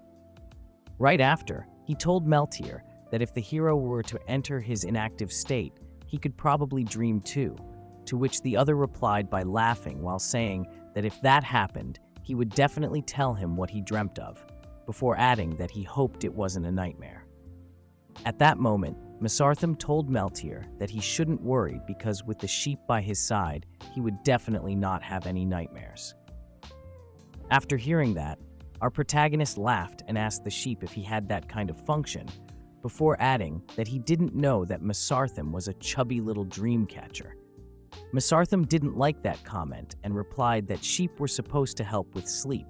After all, humans counted sheep when they were unable to fall asleep. Nevertheless, Shane said that despite that being true, he didn't think that worked at all. Luckily, he decided to change the subject and said that they should buy something to eat before they went back to the hotel. After all, starting the following day, they would be battling with fierce monsters. That night, both Shane and Meltier were sleeping, and Mesarthim began to consider what they had discussed that afternoon. For the sheep, that whole situation with the heroes was odd because the crystal in the dungeon didn't seem to have that much of an influence. In fact, Mesarthim wouldn't help but wonder if those heroes had been influenced by our protagonist instead. Meanwhile, at the Belladonna hunt, one resuscitator was very angry when he asked one hero what the heroes had all seen, before adding that they should at least be able to describe it. However, the hero quickly apologized and explained that he hadn't been able to open his eyes then, so he didn't see well because he was in an inactive state. After hearing that, another resuscitator, who looked confused, said that every 5-star hero had said the same thing. They had all seen a person, but because they were in an inactive state, they couldn't tell who it was. The man then added that if it was a 3-star or lower hero, they wouldn't care, but 5-star heroes saying that was another story. Right after, a third resuscitator said that he had already spread the word that it had been due to the crystal in the dungeon that the heroes were having hallucinations. Still, he added that that matter didn't seem that simple because he had heard that the hero Hippolyn had also said some meaningful words. That shocked the other 2 resuscitators, especially because that hero had apparently said that on the way there, he had seen a premonition of the end of the world. Hippolyn was a well-known hero who was a former high priest of the Holy Empire. Besides, he had become world-renowned for his extraordinary prophetic ability. Sadly, later on, after being stimulated by the future he foresaw, he dug out his eyes with his own 2 hands. He never saw the light again after that, and even his mental state became abnormal. He usually giggled and talked to himself like a madman, but after entering battle, he started hurling all-round insults at the enemies like a flood.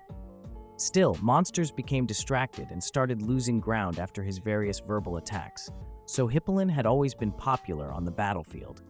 However, in daily life, the resuscitators had no idea what he said. Even heroes from the same era as Hippolyn thought that he talked nonsense. Nevertheless, it was still shocking what he had said about the end of the world. Of course, the first one who was frightened was Chalet, Hippolyn's resuscitator, and his first reaction was to grab the hero by his shoulders and ask him what he meant by the end of the world, to which the other replied by saying that the world was ending. Right after, the hero added that he had always known that that day would come, but he didn't think the premonition would arrive so quickly. Hippolyn even lamented being blind because he wouldn't be able to see the end for himself. Obviously, the resuscitator didn't want to hear any of that and decided to ask Hippolyn if the premonition he was talking about affected the 5-star heroes in any way. After all of the 5-star heroes had said strange things that day. Nevertheless, Hippolyn quickly replied that his premonition didn't have any effects, which confused Chalet. Then, the hero explained that the stronger the hero, the more obvious it was for them. They would be keenly aware of an existence that would greatly influence them. In short, they would instinctively be able to sense that existence, although they wouldn't be able to see it clearly in the inactive state. Afterward, Hippolyn added that the existence hadn't made a move yet, and that it shouldn't be able to do anything big in a while. After saying that, the hero began to laugh out loud, leaving Chalet and the other resuscitators who were there not knowing what to do.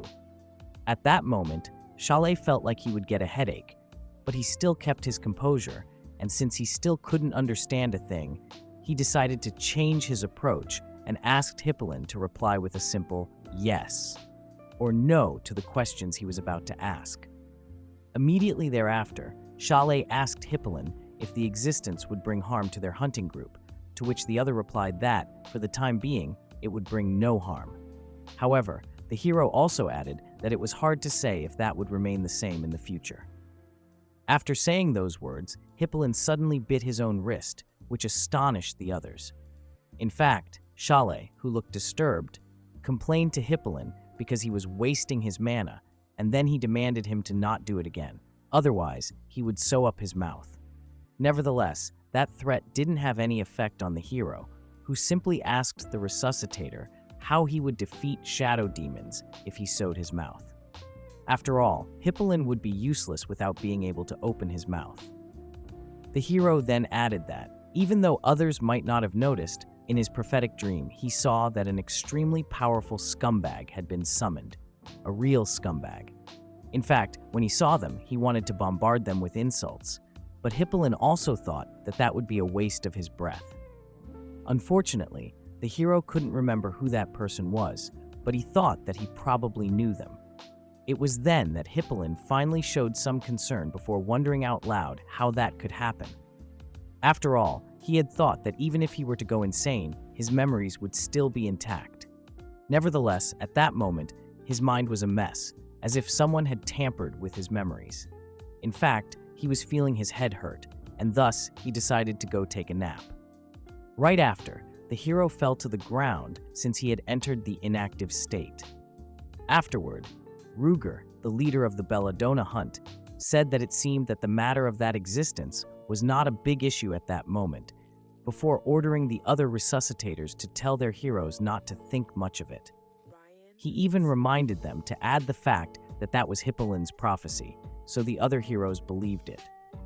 The leader had to admit that even though he wasn't well liked, his prophecies were still very convincing. Finally, he asked the others to be more cautious than ever during that expedition. The following day, at the North City Gate, there was a huge crowd ready to depart, while some guides reminded the resuscitators to look at the group list posted on the wall and find their group members as fast as possible. Then, after they gathered their groups, they should take one of the carriages toward the dungeon. Shortly after, Shane finally managed to arrive in front of the said wall and was amazed because there were at least 100 groups listed.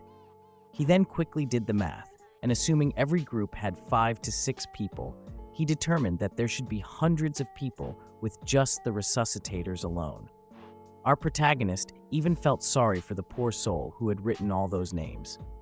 As for Meltier, he smiled and told Shane that he was strange because he was worrying about the people of the hunting group.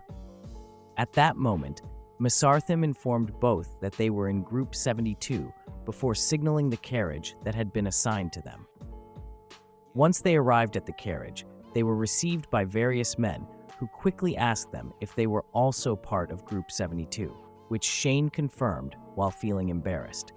Still, our protagonist didn't fail to notice that the other members were middle-aged, which he lamented because he felt that he would be able to fit in faster if there was someone the same age as him.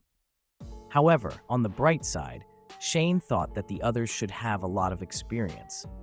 Besides, they looked friendly, so he thought that he should be able to learn a lot from them.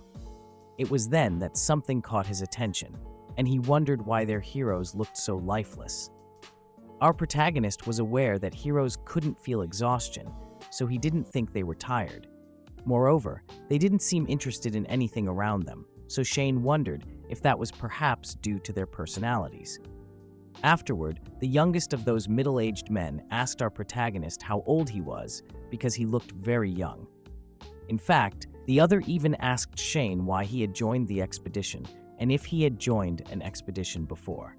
Obviously, that made our protagonist feel more embarrassed, but he still replied that he was 26 that year and that that was his first time joining an expedition. After hearing that, the man laughed out loud and told Shane that he was very lucky to have his own hero at only 26. He then added that even though that was his first time, he shouldn't worry. He should just watch and learn, which was not difficult to do. Right after, he asked about the sheep our protagonist had on his shoulder because he thought that Shane had taken livestock from his home. Of course, that hurt Masartham's feelings, but Shane managed to appease him by saying that he should control his expression while petting him. He also explained to the sheep that saying that he was a pet was a bit strange. As for the man, he asked Shane, while laughing, if his sheep understood humans. Sometime later, they all got in the carriage, and the others asked Shane if he was a shepherd, to which he replied that he was kind of one. Our protagonist then added that he used to live in the mountains, herding sheep for a living. Then, he had obtained a soul stone by luck. Fortunately, the others bought his story and began to befriend him. In fact, after talking for a while, they thought that a fitting nickname for Shane should be Shepherd Lad.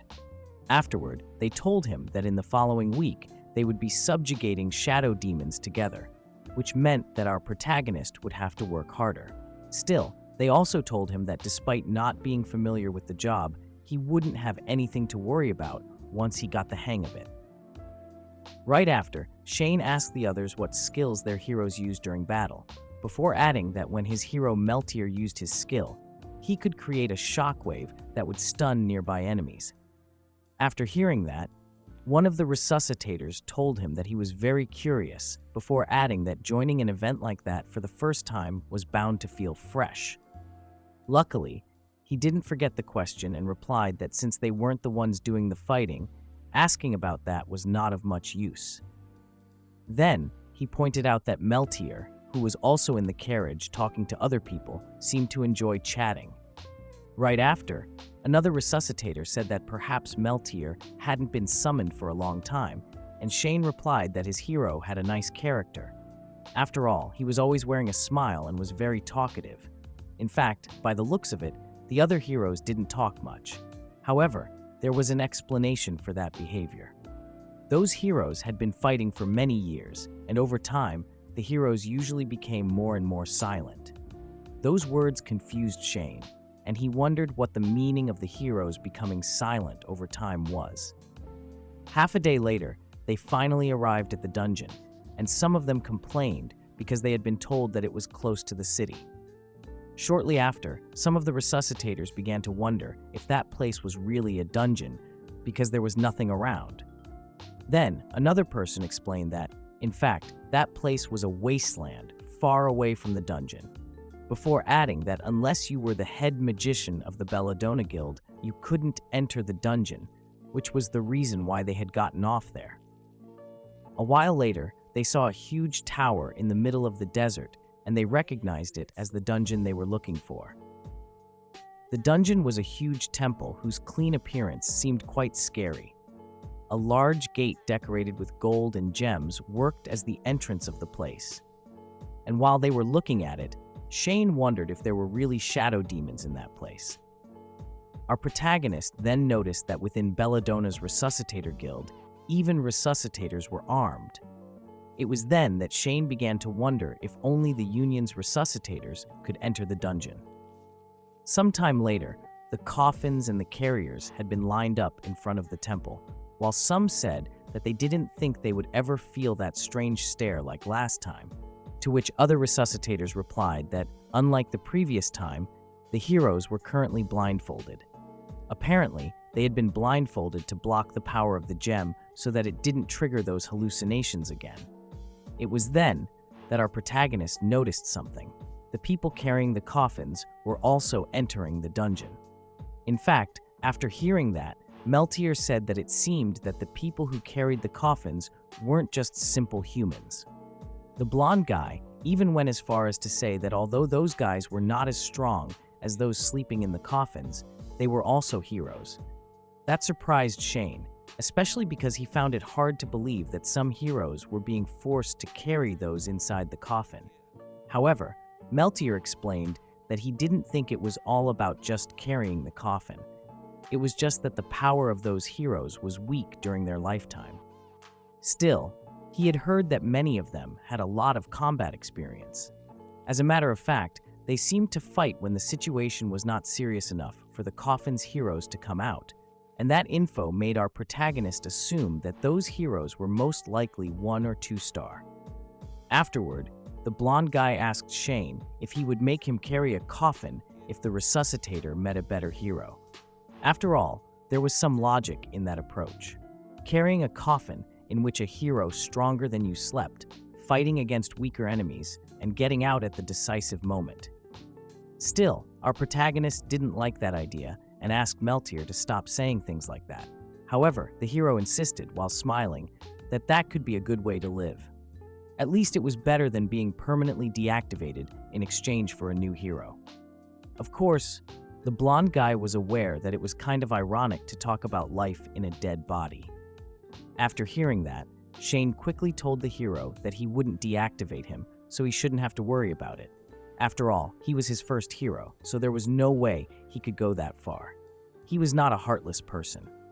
In the end, they put that matter aside on good terms, but right after, Meltier made Shane look at the dungeon's entrance because the guild resuscitators had begun to go inside. At that moment, our protagonist wanted to know what was on the other side, but unfortunately, they were too far away to see clearly. Almost immediately, the whole area began to tremble, and Shane thought it was due to an earthquake. But right after, he dismissed the idea because he noticed that the tower's shape had changed as soon as everyone had gotten inside. In fact, he also noticed that there was no trace of the White Tower anymore because it had been covered by a grotesque thing that looked like a mass of giant tumors. Still, it was also slimy, like it was alive. Not to mention that you could see through the bloodline. Furthermore, while the new surface of the tower was bubbling, it was emitting black smoke. It was then that our protagonist realized that that was the true form of the dungeon, and he began to wonder if the people inside were safe. However, someone pulled him out of his reverie by yelling that everybody outside should be ready to see shadow demons anytime soon. That made him realize that at that moment, he should be more worried about himself than the others.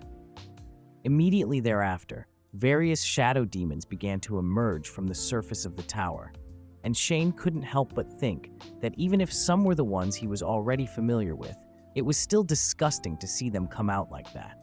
Not to mention that they had to deal with hundreds of opponents all at once. However, he also knew that he needed to calm down first. What was happening was to be expected. Once the others had entered the dungeon, the weaker shadow demons inside had come out. Right after, he asked Masarthim to give him information about those shadows. The sheep then replied that they were facing shadow demons that they had previously fought, such as the Cursed Mass, who was an inferior demon with an HP of 4,500, and the Cast-Off Shell Klein, another inferior demon with an HP of 4,200. After confirming that, Shane thought that those demons were weak opponents because despite having high power, in the end they were low-category shadow demons, which meant that he should be able to confront them. Well, it seems that our protagonist is finally on the road to becoming a hero. It's farming time. Shortly after, Shane told Meltier that it was his first time dealing with multiple opponents before asking him not to push himself too hard. In fact, he also added that if the hero thought he could leave it to another hero, he should do it. The blonde guy quickly agreed and said that he would fight with extreme caution before asking why our protagonist was so scared. But then the hero realized that Shane was worried about him. Getting caught red-handed flustered our protagonist, who quickly said that he was not scared. Yeah, right, we believe you, although he couldn't deny that he was indeed worried. After all, he was finally going to see the real battle of heroes and shadows. At that moment, the resuscitator who had called our protagonist a curious guy suddenly woke up and asked Shane what he was doing. But then, the man realized that he hadn't decided what our protagonist's role was going to be.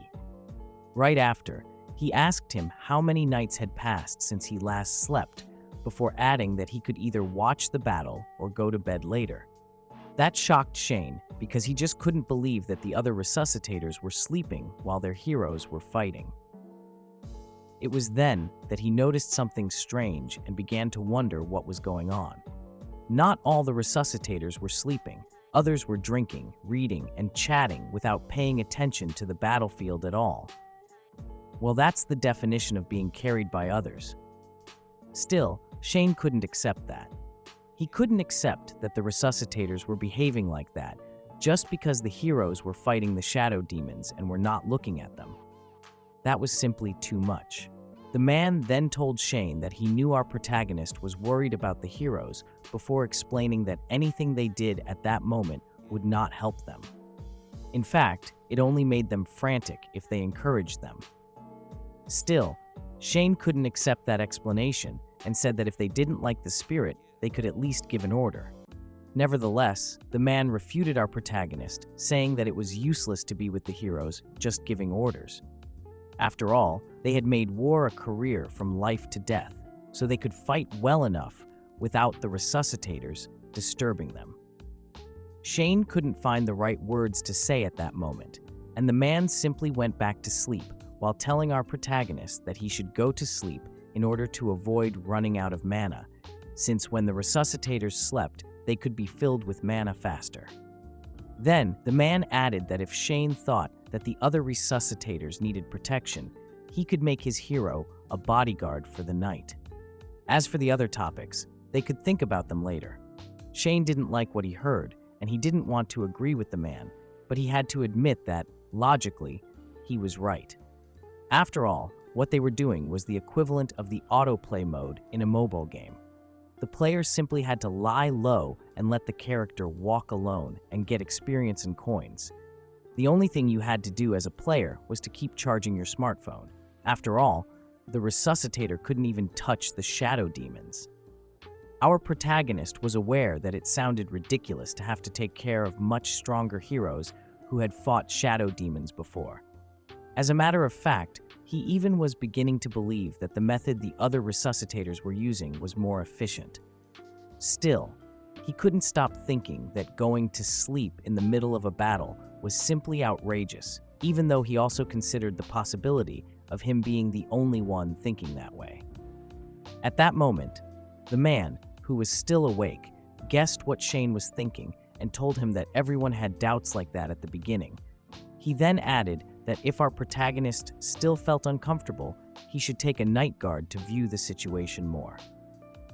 After doing that, he would definitely realize that there was nothing they could do. Is this guy helping Shane or taking advantage of him?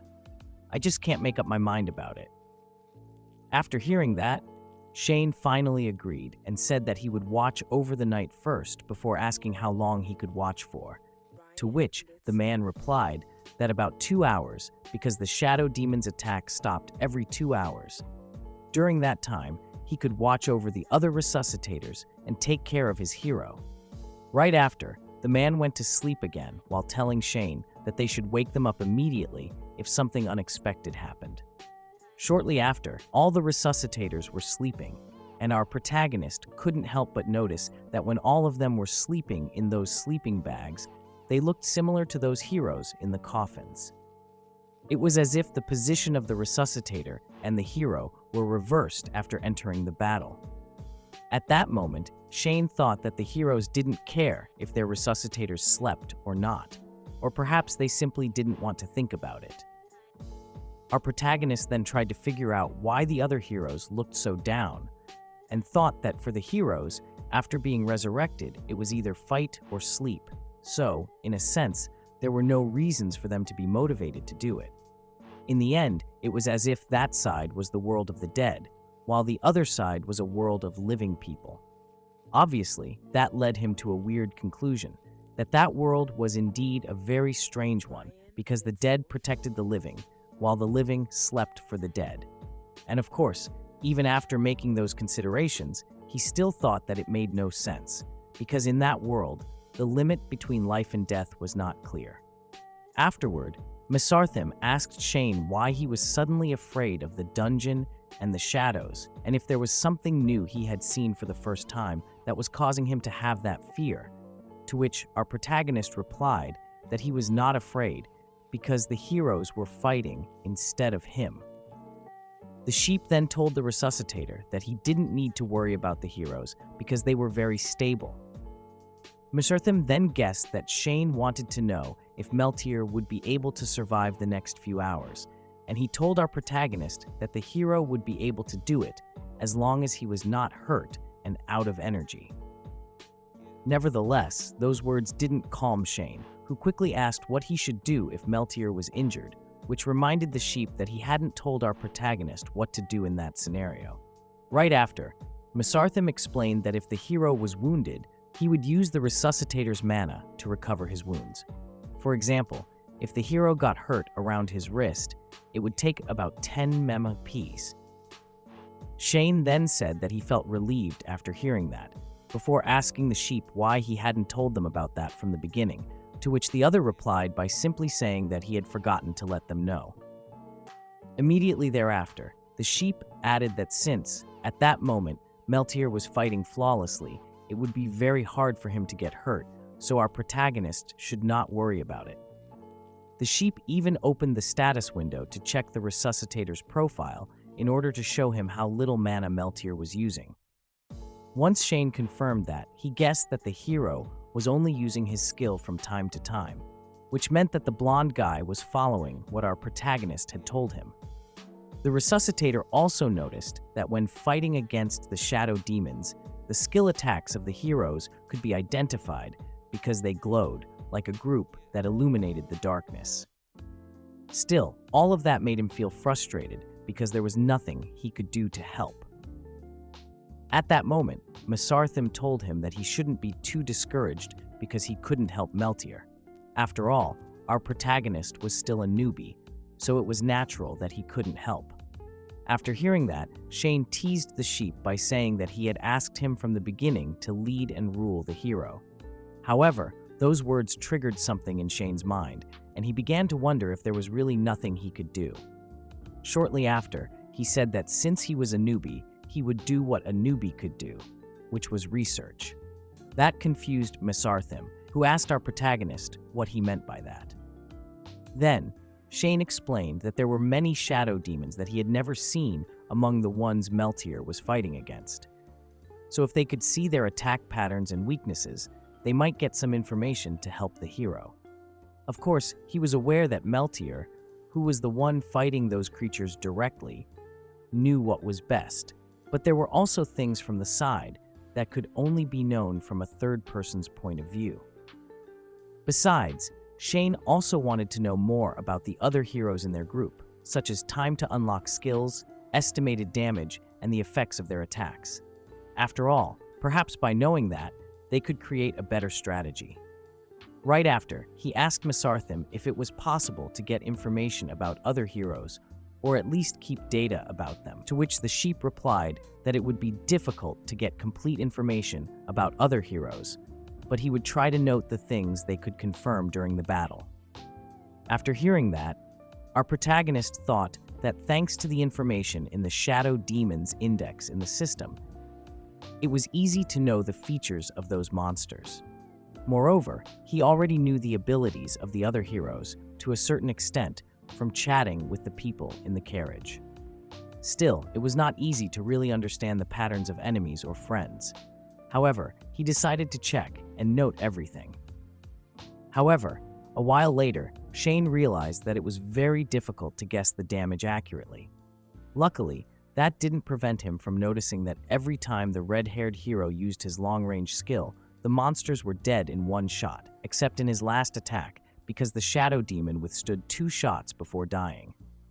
After hearing that, Mesarthim guessed that the difference had to do with the assist magic used by the magic hero. In his last attack, the red-haired hero couldn't benefit from the assist magic, which ended up in his skill attack being weaker.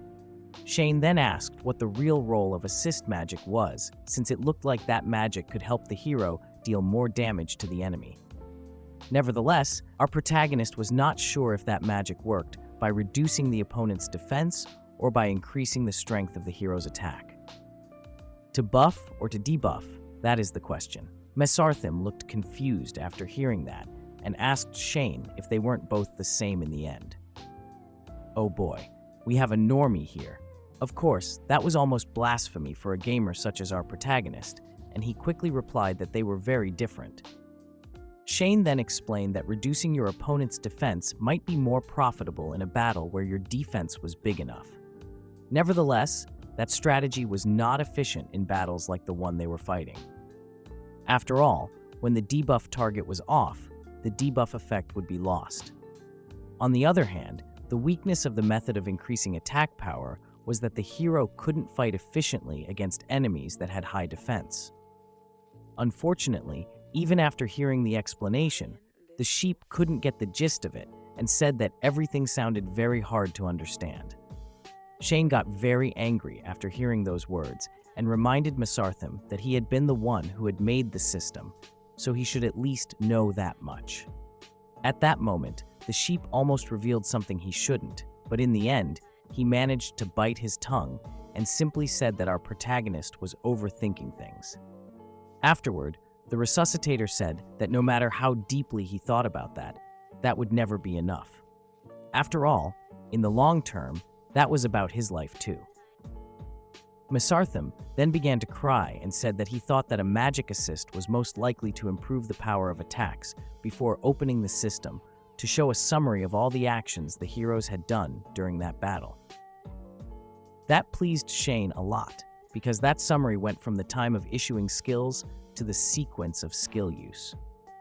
Nevertheless, when our protagonist was praising the sheep for being very reliable, the resuscitator noticed something that astonished him. Once Shane began to analyze the data, he found something extremely weird in the hero's moves. All of them kept repeating the attacks in the same order. That was insane, because they not only kept repeating the same pattern, but all of them were using the same pattern. Except for Meltier, who used different moves depending on the situation, the rest kept using the same pattern continuously. After hearing that, Mesarthim said that it might be because of the limitations that came from resurrection. Even Meltier had told them before that he always used movements that were the same.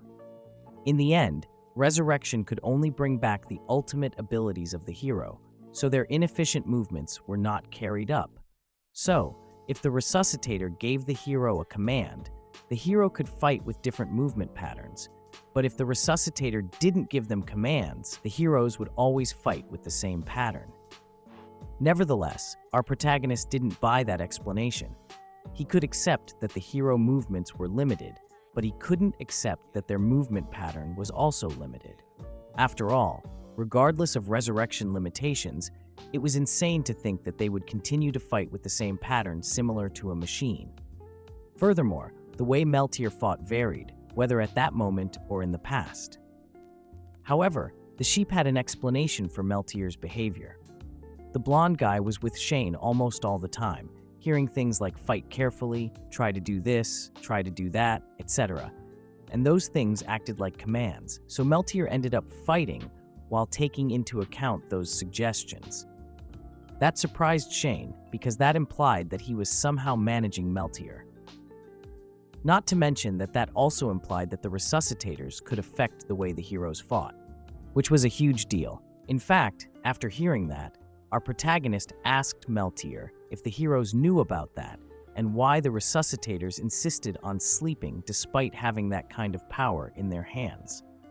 Mesarthim then replied that the heroes' attack pattern had been fixed, so other than a resuscitator's command, nothing else should affect their ability. In short, the resuscitators might have decided to just let that be in order to avoid disturbing the hero in the middle of the battle. Afterward, Shane resumed checking the data recorded by Mesarthim while thinking that he had finally understood why the heroes looked extremely sluggish. Their resuscitator slept when they were fighting, and their bodies moved with the same pattern whether they wanted to or not.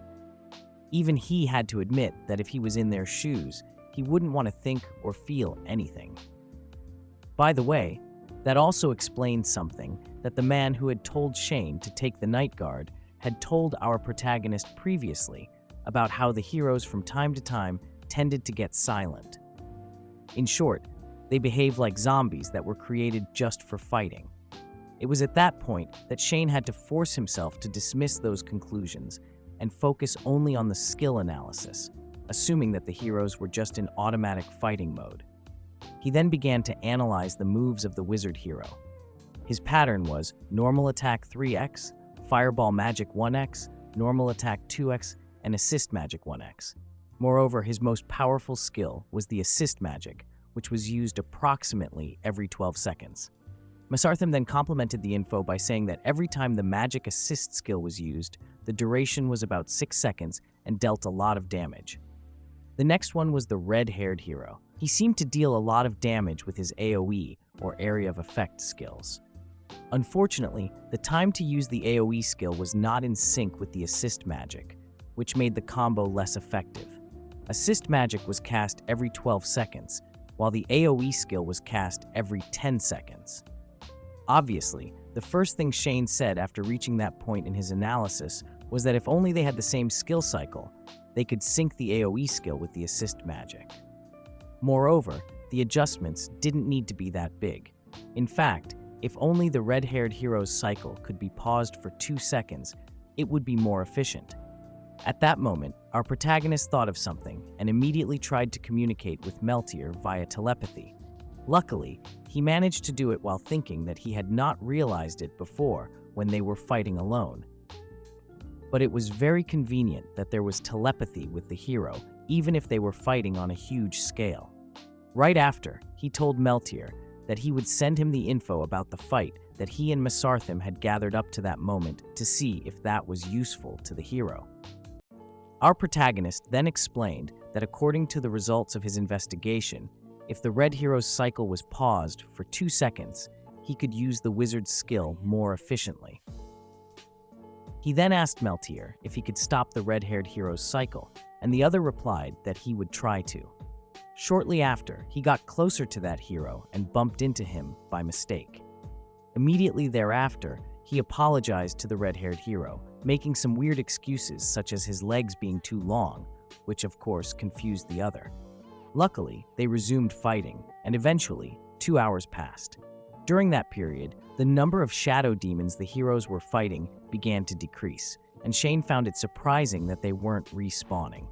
In the end, the thing that had covered the tower began to melt and go inside the dungeon, which marked the end of the attack. At that moment, the resuscitator who had asked our protagonist to do the night guard woke up, saying it was time for a break. Moreover, he also praised Shane for having done a great job guarding them. Right after, he asked the red-haired hero to show him his bracelet to see how much he had earned that day. But after showing the resuscitator his bracelet, the red-haired hero went to talk with Shane. In fact, he went to complain to our protagonist about Meltier's strange behavior. The blonde guy had disturbed him very suddenly during the battle, and he couldn't avoid it because his body couldn't do what he wanted. After hearing that, our protagonist apologized and explained that because his hero had been recently summoned, he lacked a bit of battle experience. Nevertheless, the red-haired hero was not pleased with the apology and replied that that was not the problem, before adding that Meltier kept interrupting the other heroes too, not to mention that he had caused him to miss a lot of attacks because of it. Shane then laughed, pretending to be embarrassed, while praising Meltier mentally. He then told the red-haired hero that he would talk to his hero. At that moment, the red-haired hero's resuscitator told the hero not to be excessive. After all, everyone was a bit bad at the beginning, so he, as a wiser person, should be overseeing since that was the first time the blonde guy had joined that place. It was then that the hero finally decided to stop complaining, and right after, his resuscitator told him that he had had a great performance that day. In fact, the red-haired hero usually got 30 kills, but that day, he had gotten 45. Still, the hero didn't think that it was something amazing, but the resuscitator insisted on the fact that he had fought better than he thought. By the way, he was not the only one with better numbers, because Shane could hear other resuscitators tell their heroes the same thing. As for Meltier, he told our protagonist that he seemed to stay very observant even when he was on night guard. Shane then nervously laughed and said that Meltier was fighting and he was doing nothing, so he had done that in order to help. As a matter of fact, he added that in the future, he would keep doing that to help the hero. It was then that Meltier showed a serious expression and asked Shane if he would fight according to the predetermined cycles when our protagonists slept. That question caught the resuscitator off guard, and he even wondered out loud if that was truly the case. Nevertheless, Shane found a way around that and told him that he would give him a command first before sleeping. He even asked him if it would be better to prepare detailed orders such as the skill to be used in certain conditions. That way, he could help the hero determine what skill he wanted to use, which would give Meltier more options, which was better than having nothing at all. After hearing that, the blonde guy agreed, but he didn't look convinced because there were some limits to that. However, our protagonist quickly interrupted him by saying that the limit was above him, before adding that they just needed to struggle to find the answers. Besides, if they couldn't, they would move on and keep trying to do other things. Those words touched Meltier, but Shane didn't notice it because he had begun to check the hero's body to see if the blonde guy was injured. Moreover, our protagonist also told Meltier that Mesarthim had told him that if the blonde guy was hurt, he could recover with the resuscitator's mana. Unfortunately, our protagonist couldn't confirm if the other was scratched or hurt, so he asked Meltier if he felt sick before adding that if he didn't respond to a physical wound, it would get worse. Nevertheless, the hero ignored those words and simply replied that he thought that Shane was a strange person. That surprised our protagonist, who asked the other why he thought that, but Meltier simply smiled at Shane and said that it was nothing. The blonde guy then told the resuscitator that he was sure our protagonist should be exhausted, before asking him why he had not rested before. After all, he had also worked hard. After the resuscitators finished eating, drinking, and solving other needs, they had to replenish their mana for the next battle. So, once they put their heroes in an inactive state, they should again close their eyes and sleep. At that moment, the man who was kind of coaching our protagonist told him that after joining that line of work, sleeping had become the most difficult thing to do. Well, that didn't seem to be the case during the battle, though. Luckily, since it was nighttime at that moment, he could at least grudgingly get some shut-eye. On the other hand, sleeping under the scorching hot sun was truly unbearable. Our protagonist was paying close attention to what the other was saying, and when he finished, Shane quickly asked him what he was supposed to do in case he couldn't sleep or realized that after waking up, his mana hadn't recovered. The man then said that if his mana wasn't enough, then he should let his hero withdraw from the battlefield. However, he couldn't do it too often as it increased the burden on the other active heroes. On the other hand, if he couldn't sleep, he had to just take some sleeping pill or something of the sort. The man even offered to give our protagonist some of his sleeping pills, but Shane politely rejected them, saying that it was not necessary at that moment. Right after, they could hear some noises and realize that another wave of demons was coming. Immediately thereafter, the man stood up and told our protagonist that it was his turn to rest and that they would stand guard. Nevertheless, once the other had left, Shane thought that he was not sleepy at all, but he was aware that he needed to sleep in order to replenish his mana. Right after, his thoughts were interrupted by another man who asked him if he couldn't sleep because he was afraid of something happening on the battlefield. The man also added that our protagonist shouldn't worry even if he fell asleep because his sheep would be around to protect him, and he even added that that was the first time he had seen that sheep could be so smart. Another man then joined the conversation and said that the sheep would pester him for some snacks and could even act spoiled, which made him look very cute. Right after, the first man added that Mesarthim really livened up the atmosphere. As for our protagonist, he was smiling at the others while thinking that Mesarthim had told him that he would be gathering intelligence while he was resting. But in truth, he had just been begging for snacks. He also thought that since the atmosphere in the group was quite good, that meant that the battle should be going well, which made that moment very appropriate to rest and let the heroes fight on the front lines. Nevertheless, he still wanted to continue analyzing the combat data. After all, even in autoplay combat mode, accidents could still happen. So when that time came, that information should be able to help Meltier. Moreover, he also wanted to help those heroes whose attack patterns remained unchanging and improve their combat efficiency. Unfortunately, at that moment, it was still up to Meltier to make it happen. In fact, after thinking that, our protagonist couldn't help but feel a little sorry for him. Meanwhile, Meltier was apologizing again to the red-haired hero by saying that it had been his guide's fault for always giving him strange commands. That surprised the red-haired hero, who felt sorry for the blonde guy and told him that he really had it tough, before adding that having a master who didn't have much ability and just blurted out orders on a whim should have been quite a hardship. The thing was that Meltier and the other hero were close enough so our protagonist could perfectly hear their conversation, which made him feel embarrassed and astonished. A while later, Shane told Meltier, while laughing, that the hero had been wronged, before adding that thanks to his help, our protagonist had been able to accomplish so much. Not to mention that doing that was way better than dazing alone in a trance. The hero, who was also laughing, then replied that Shane was truly quite special, but the other quickly downplayed that, saying that he had just analyzed the combat operation. However, the blonde guy didn't stop and replied that that was precisely our protagonist's forte. The resuscitator had collected information on all the heroes in their group because he wanted to help them fight more efficiently, and with Meltier guiding them a bit, their efficiency had improved significantly. Shane then said that Meltier and the other heroes were already quite formidable, so even if he didn't do that, they would still defeat the shadow demons. Nevertheless, he thought that if they were to win the battle, then perhaps they should make it more of an impressive victory.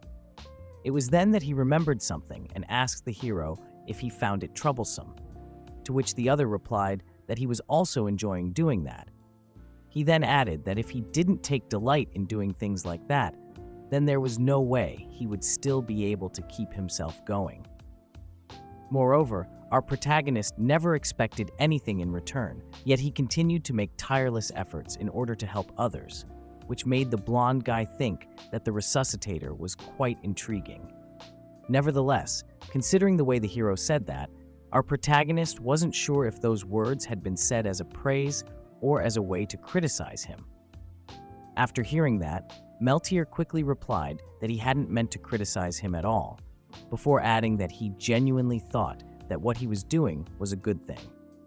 That confused Shane, who couldn't understand how having no expectation toward others was a good thing, but Meltier quickly explained that it was a good thing because it meant that our protagonist acknowledged and accepted the other person completely. After all, excessive expectations could easily lead to a desire for control. But the blonde guy wasn't done and kept going, saying that if Shane had expectations for the heroes in their group from the beginning, then seeing their fixed attacks and poor coordination should have certainly made him feel both disappointed and frustrated. Still, our protagonist didn't complain or abandon himself to despair.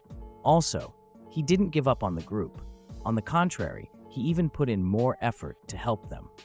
Once Shane had come to a conclusion from gathering the data, he immediately applied it to them, and even devised all sorts of ways to create opportunities for them to maintain and improve their combat efficiency, something most people wouldn't be able to do.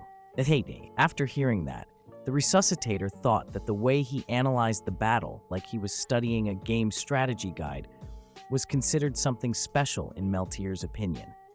In fact, he even admitted to himself that he had just visualized that place as a game scene, and that had been why he had taken that approach. Of course, he was aware that he couldn't say that out loud since fighting monsters was a very serious matter in that world, even though that place was originally just a game world. In that game, NPCs wouldn't have obeyed the player's commands since it was all about using intelligence and wit to fight. It was then that Shane's thoughts were interrupted by Meltier, who told him that it was like he was playing chess. Our protagonist was studying the fixed moves of the pieces, while at the same time strategically planning the stage. Those words left the resuscitator flabbergasted, and he began to wonder if Meltier felt uncomfortable after guessing that our protagonist was imagining everyone as game characters. Luckily, the hero added that he really appreciated Shane's approach to that. After all, the resuscitator neither fixated on changing things that could not be changed, nor would he lose heart and give up easily. In fact, the hero could see the other continuously striving hard to find the best course of action. That gave Shane hope, and he asked Meltier if he agreed with what he was doing, to which the other replied that he did, before adding that thanks to our protagonist, the other heroes had gained more that time than they had ever had before. Sure, they hadn't figured out the reason yet, but based on how the results looked, it was indeed a good thing. Moreover, like the resuscitator, the hero also felt that it was best not to expect anything from others. The last part surprised Shane, and after noticing that, Meltier said that he had spoken too much, before adding that even though he had lost his memory and didn't know what kind of person he used to be, he felt like they would get along very well. After hearing that, our protagonist thought that that explained the fact that he always felt that Meltier was a bit nonchalant. After all, in truth, the hero didn't have any expectations for the resuscitator at all. In the end, even though the hero appeared sociable and had a gentle personality, perhaps he might have been secretly mocking our protagonist all along. At that point, Shane wondered what kind of person Meltier had been in the past, and if losing his memories had made his personality change. At that precise moment, our protagonist opened his eyes wide because he had just realized that he had forgotten something. Shortly after, our protagonist arrived where a group of people were chatting, and after greeting and praising them, he told them that he needed to ask them a question. Right after, he pointed at Meltier and asked the others if someone recognized him. At the same time, Shane was thinking that, in recent times, he had been so busy analyzing the situation on the battlefield that he had forgotten to help Meltier regain his memories. Sadly, the other heroes didn't seem to recognize either the hero or his name, which made our protagonist think that finding clues wouldn't be such an easy task. He then apologized to the others for the intrusion and told them that he would ask somewhere else. Still, he didn't forget to ask them their date of birth, death date, and where they were from. Later, he asked Mesarthim to take note of the data. After hearing that, the sheep asked him why he wanted that, and the other replied that by sorting out which places and eras the heroes who didn't recognize Meltier came from, they could eliminate some of the choices and narrow down the scope. Unfortunately, after asking a lot of heroes, they still couldn't find any clues yet due to the lack of data. After all, to use the process of elimination, you need a large amount of data. Almost immediately, the resuscitator, who was kind of coaching Shane, arrived and told him that he had asked the resuscitators from the other group if they recognized the name Meltier, which made our protagonist thank him. Nevertheless, when Shane asked him if he had found anything, the other replied that the other resuscitators had told him that their heroes had given them strange answers. They had all replied that they hadn't heard about that name, but the way they had done it was suspicious. In fact, even our protagonist, after hearing the details, couldn't help but think that the way they had replied made it seem like they had indeed heard of that name before. Otherwise, their tone would have been quite sure. The other man then added that after those heroes finished answering, the expressions on all their faces were quite strange. Sure, it was fine if they hadn't heard of it, but it looked like they were deliberately trying to remember something. In fact, their faces morphed into expressions of tangled confusion. However, after asking them several times, they would only repeatedly mutter the name.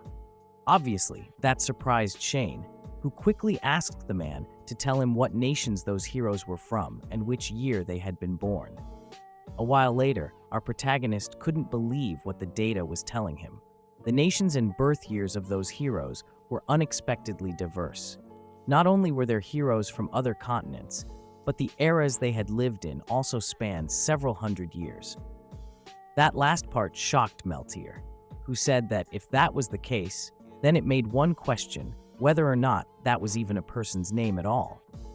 Shane then replied that if they had answered with certainty from the beginning that they didn't recognize it, it would have been fine. Nevertheless, according to what the other man had told them, it was like they had been compelled, and that kind of reaction was really strange. At that moment, our protagonist looked at Mesarthim with an inquisitive expression, making the sheep flinch, and asked him if he really knew nothing. After all, from the context he had compiled, he seemed to know history like the back of his hooves. Right after, Mesarthim replied that all the content he knew also came from the history books, which made Shane think that it made things even stranger.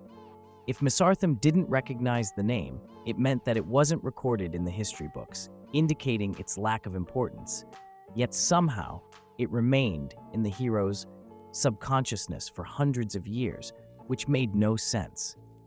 Still, he decided to smile and said that it was already a great achievement being able to find that much info, and Meltier replied that it also seemed that the Shadow Demon expedition was also coming close to an end. In fact, Shane also added that the Hunting Guild's resuscitators would probably come out of the dungeon soon. At that moment, he noticed how the tower was being restored to its original form, but then it suddenly began to crack. In fact, the tower had begun to split open, and when our protagonist asked his coach if that had happened before, another man, who was close to them and who looked very nervous, replied that it had never happened before. Shortly after, the tower split in half, while Shane asked if everyone inside was okay. But before anyone could say anything else, they noticed that black smoke had begun to come out of the tower. It was then that someone gave the order to retreat because an accident might have occurred inside.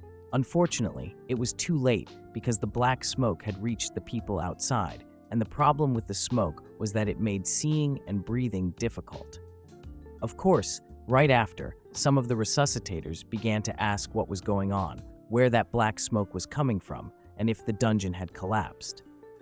Nevertheless, other resuscitators couldn't accept that possibility because they couldn't believe that the Belladonna hunting raid had failed to conquer a small to medium-sized dungeon. Unfortunately, one thing was real. The black smoke had covered the entire area, and the resuscitators, Shane included, were having a hard time trying to breathe. In fact, our protagonist thought that it felt like his lungs were being torn apart after inhaling the black smoke. At that moment, Mesarthim asked him if he was okay, before adding that the black smoke was harmful to the body. No shit, Sherlock. Luckily, the sheep then said that he would purify the air for our protagonist. Immediately thereafter, he activated a skill, and shortly after, Shane realized that he could finally breathe again. The resuscitator then asked the other what was going on, and the other replied that a shadow demon from the dungeon had escaped and that black smoke should be emanating from it. After hearing that, Shane asked the sheep why they were escaping and if the Hunting Guild's resuscitators were okay, but the other didn't have an answer for that. Still, Mesarthim told our protagonist that he should be careful because he believed that the shadow demon that had come out of the dungeon at that time was too much to handle for the resuscitators currently around.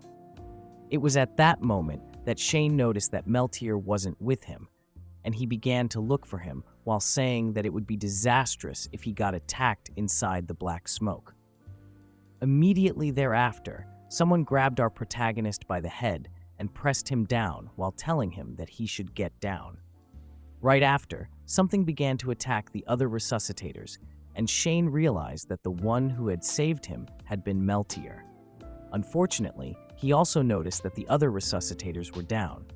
Almost immediately, Mesarthim explained that they weren't dead, just unconscious, before adding that if the resuscitator died, then the resuscitation would stop working, and subsequently, their heroes would disappear. Still, at least half of the resuscitators had lost consciousness after inhaling the black smoke, and our protagonist asked how their heroes would continue to fight, before adding that they wouldn't stand a chance against the powerful monsters that were coming out of the dungeon. Sadly, at the next moment, he noticed a lot of very powerful shadow demons that were getting very close, and he panicked after realizing that those were the monsters from inside the dungeon. Like a raging flood, the shadow demons continued to emerge, and our protagonist wondered if so many monsters really fit inside the tower.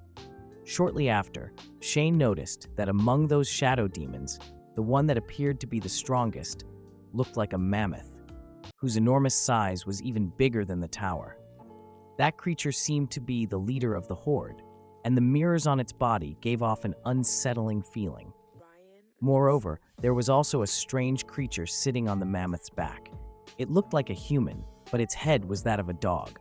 Still, despite that creature looking skinny, it was unclear whether the mammoth itself or that creature on its back was more dangerous. Nevertheless, one thing was for sure: those two looked like the strongest ones. Shane was checking the profile pages of the shadow demons that had emerged, but he quickly realized that he didn't really have the time at that moment to check all the information about them. However, when he looked at the profile of the Speculum Rex, King of Mirrors, he decided to check all the data because that creature was the mammoth. By the way, the picture of the shadow included the creature sitting on its back, and the footnote said that it was a dungeon guardian. Besides, its rank was mid-high. That information confirmed to Shane that the creature was indeed the leader of the horde, but the thing that left him flabbergasted was its HP, because it was absurdly high, 1,284,600. Shane even wanted to believe that there was a mistake and that there were 2 extra zeros. After all, if the mid-high ranked shadow demons had that much HP, then how much more powerful would those high-ranked or even those supreme-ranked ones be? Still, he decided to scroll down to look at the description first before making any assumptions. According to the system, that shadow demon had the special ability to bridge the corporeal and incorporeal worlds. It could also summon various minions through the mirrors, limited to only one type at a time. Furthermore, its minions came in different types, including ones that wielded sensors, fans, jars, or spools, and many more. By the way, the most formidable among the minions was the one that wielded the scales. Only by killing the jackal-headed creature seated atop the mammoth could Speculum Rex be thoroughly defeated. That could be achieved, provided that all the mirrors attached to the mammoth were shattered beforehand. On the other hand, the mirror's veil allowed the jackal-headed creature to enter the incorporeal world inside, making it invulnerable to attacks unless all mirrors were shattered. That confirmed to our protagonist that the one that needed to be dealt with was indeed the jackal-headed creature, but he then wondered how it could be defeated if the main body couldn't be attacked. At that moment, he noticed that a bird-headed humanoid figure had appeared in one of the mirrors, wielding a fan, and Shane wondered if it had been that creature, the one that had summoned the blast of wind that had attacked the resuscitators before. Our protagonist then thought that even though they had just managed to avoid that influx of toxic smoke, if the winds kept blasting at them, then they wouldn't be able to fight against the shadow demons at all, let alone attack the mammoth. Moreover, if the minion wielding the scales was summoned, then their situation would become even direr. It was then that Shane wondered how on earth they were going to eliminate that thing. In short, a horde of shadow demons was surging in like a tsunami, and there was still that dungeon guardian that was impossible to get close to, and our protagonist didn't know how the difficulty of that raid had suddenly skyrocketed. Not to mention that that was his first dungeon raid. Well, at this point, it is safe to assume that our protagonist jinxed the whole thing. After analyzing the situation, the resuscitator realized that there was simply no way to win that battle, so they should consider fleeing. However, before he could even finish his thoughts, he was interrupted because various persons had decided to run away while screaming that they were no match for that monster. Unfortunately, a wall suddenly emerged, blocking their path and cutting off their escape route. And to make things worse, it was not an ordinary wall, but one made of the black smoke from before, because it hadn't been dissipated by the wind blasts, but it had turned into a wall that surrounded the entire dungeon. Obviously, some heroes tried to tear the wall apart with their weapons, but they quickly realized that it was futile, which frightened the resuscitators because they finally realized that they were trapped. Right after, a sound was heard, and Shane identified it as a drumbeat. Sadly, that sound was followed by more black smoke that began to emerge from the mirrors, and our protagonist quickly discovered that it had to do with the minion with the sensor that had appeared that time in one of the mirrors. Shortly after, the black smoke that pervaded the air covered almost all of the entire area. and our protagonist thought that there was absolutely no way out of it at that time. Even the entire sky above them had been covered, which made it impossible to see where the shadow demons would emerge from. As you would expect, panic took over, and everybody began to feel helpless. Even Shane began to wonder if he was going to die in that place. In the darkness, the shadow demons, crying out a myriad of strange wails, surrounded them, and our protagonist couldn't come up with any plan. It was as if his mind had completely shut down. Besides, he couldn't breathe, and he wondered if the entire place had turned into a sealed airtight container that limited all of their oxygen supply, or if what was making it hard for him to breathe was that mortal dread he was feeling. He even considered the possibility of being destroyed by those monsters. Luckily, at that moment, Meltier, who really looked like a knight in shining armor, grabbed his wrist and told him that he was there, before adding that there was no way he would stand by and watch Shane die. Right after, Shane asked Masarthim if he was planning on giving him a login reward that day, and the sheep replied that he could definitely give him one, but he didn't think that would be useful in the current situation. Our protagonist then asked if there were any magical items or such in the login rewards, such as skill cards or enchantment cards. After all, those things were usually set up with a similar kind of mechanism involved. Mesarthim then said that in order to solve the current predicament, our protagonist would need to use an incredibly powerful magic scroll, but it was a long shot. Besides, if he went to borrow it at that moment, it would take a long time. Okay, he definitely said that he would go to steal it.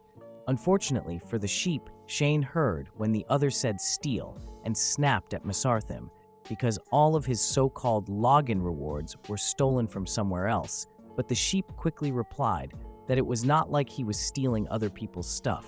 So Shane shouldn't look at him so harshly. He had only gone to Antares' supply warehouse. Besides, it was not the time for arguing. After hearing that, Shane said that what the sheep had told him was very intriguing, but in the end, Mesarthim was right. They shouldn't dwell on irrelevant matters for the time being, especially when considering that at that moment, it wouldn't be possible to evacuate everyone from there. Right after, he asked Mesarthim if he could get a magical item similar to a horn.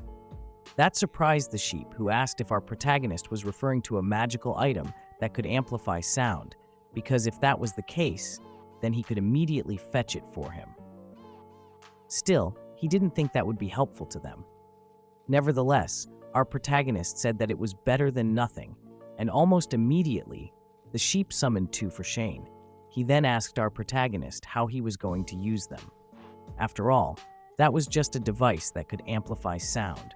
However, it was Meltier who replied to the question by saying that the sheep would be surprised by how useful that device was. As for Shane, he was thinking that he was not sure if that would work. After all, he neither had excellent leadership skills nor was good at playing strategy games. But the thing was that at that moment, there was no other option. Immediately thereafter, he yelled at everyone asking if they could hear him, before adding that if they could, they should gather around him. Luckily, the others could hear him, and they asked him who he was and what he was trying to do. After hearing the question, he replied that he was a resuscitator using a megaphone. Of course, nobody liked the joke, and one of the resuscitators asked him if he knew something about the whole situation, like the reason why those things had suddenly appeared, or a way to escape, or perhaps a trick to fight back against those things. Shane then said that regarding the others' questions, he had no idea, but what he knew was that at that moment, everyone should unite in order to face the enemies. He then kept going and said that the shadow demons were about to surround them, so it was not wise to fight on their own, because at that rate, they would be wiped out in no time. Right after, he asked any resuscitator with energy to spare to quickly move the unconscious to the rear, because if they died, their heroes would disappear as well and wouldn't be able to fight anymore. Then, he asked the heroes with taunting abilities to rush to the front and reminded them that to avoid all heroes from being attacked simultaneously, they had to make sure to cast their skills alternately. Moreover, resuscitators should pay attention to the timing of casting taunting skills. After hearing that, Various resuscitators were surprised because they couldn't believe our protagonist was asking them to control their heroes and personally command them themselves.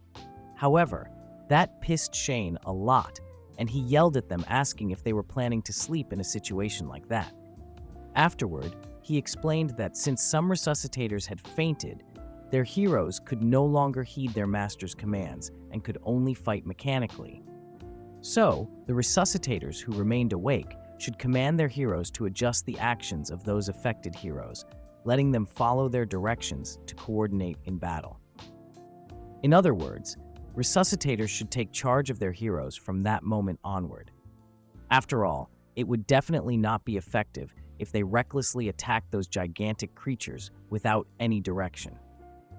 Right after, he added that heroes with skills that could debuff enemies or buff allies should act first because that would be when they would deal damage.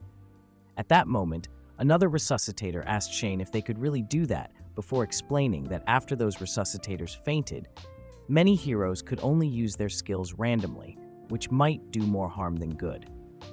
Shane then replied that as the saying went, man proposed, God disposed.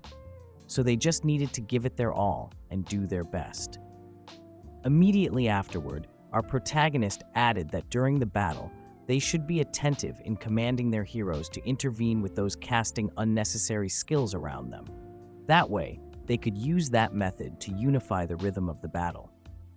Fortunately, the other resuscitators seemed to be willing to follow Shane's commands, at least for the time being.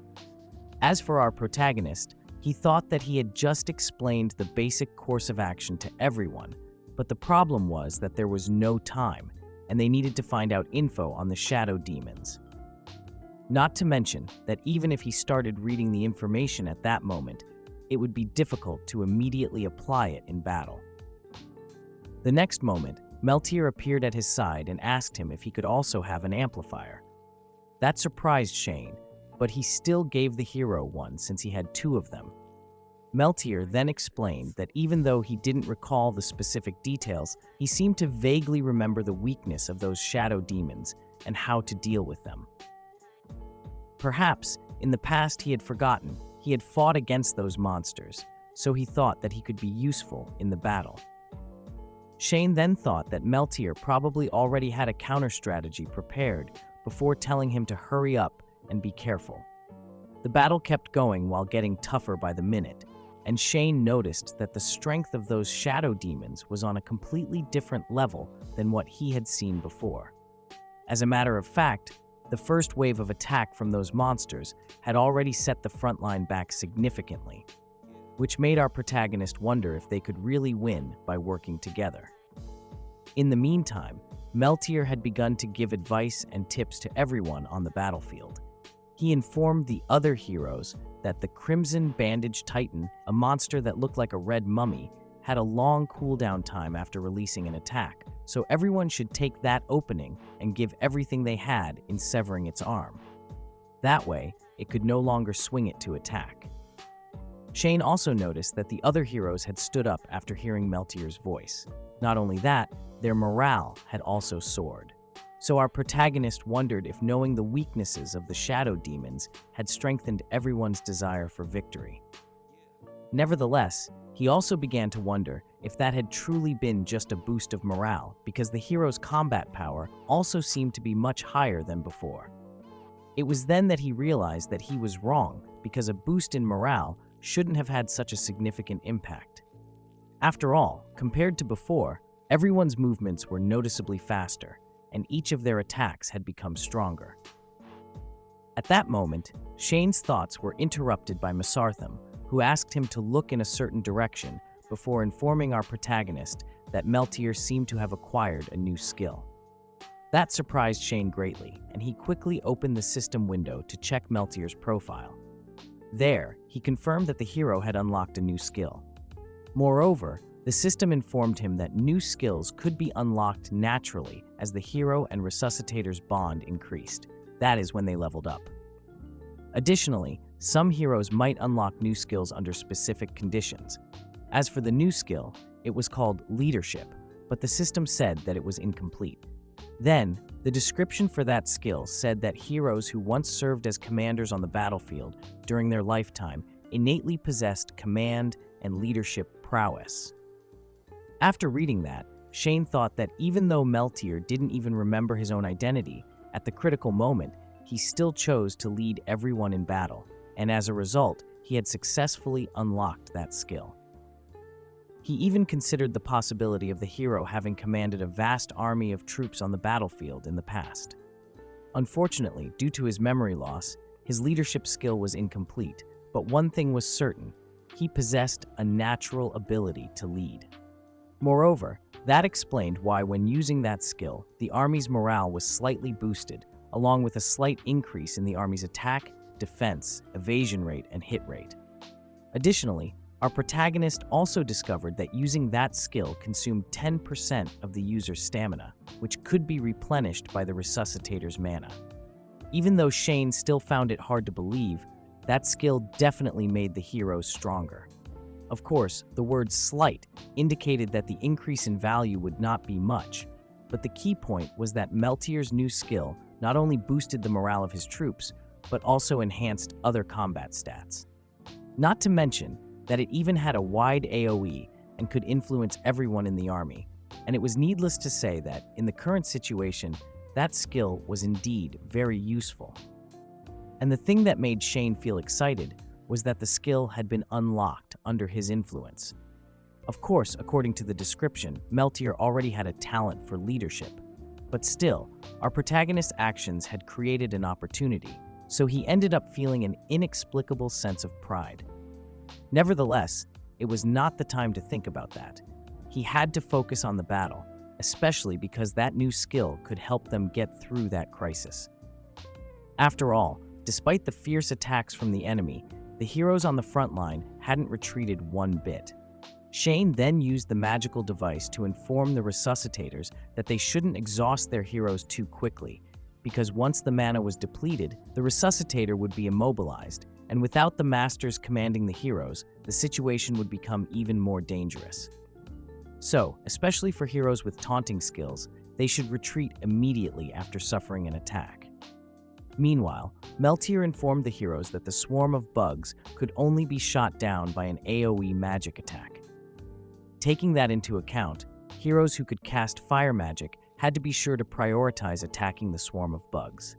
After hearing the blonde guy giving orders, our protagonist thought that he had just conveyed all the information he knew to everyone word for word, and it seemed that Meltier had indeed excellent commanding abilities. Shane also recalled that the resuscitators had said that their heroes could only move with a fixed set of motions, and that the targets of their attacks were chosen at random. Still, Meltier had even considered that aspect and had instructed all the heroes to act as he needed them to. Moreover, the heroes were holding up pretty well under the blonde guy's leadership, and that pleased Shane very much.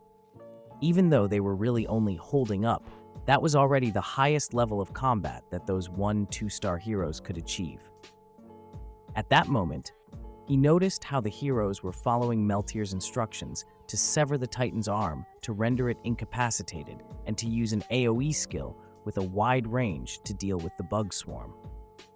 As for the other shadow demons, they weren't as difficult to deal with, so as long as they had enough time, they could definitely defeat all the shadow demons. However, the problem was their leader, Speculum Rex. After all, with everyone occupied on the front lines, they had no way to get the resources to spare to confront it. At that moment, the demon with the fan appeared again in one of the mirrors, and another gale was cast. Shane then told everyone to take over, while thinking that the black smoke could be handled by the mages, and they just needed to lie down to avoid the gale.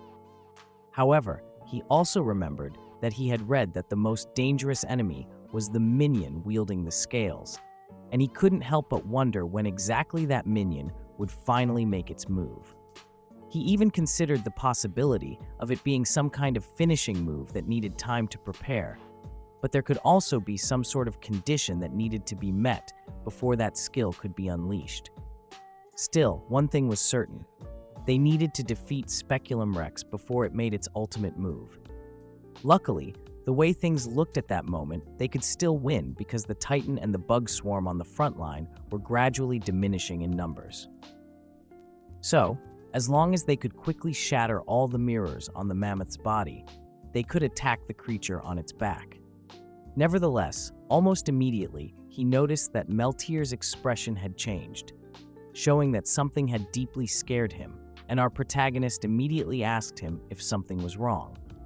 However, before the hero could answer, the resuscitator noticed something and panicked too, thinking that there was no way it could happen.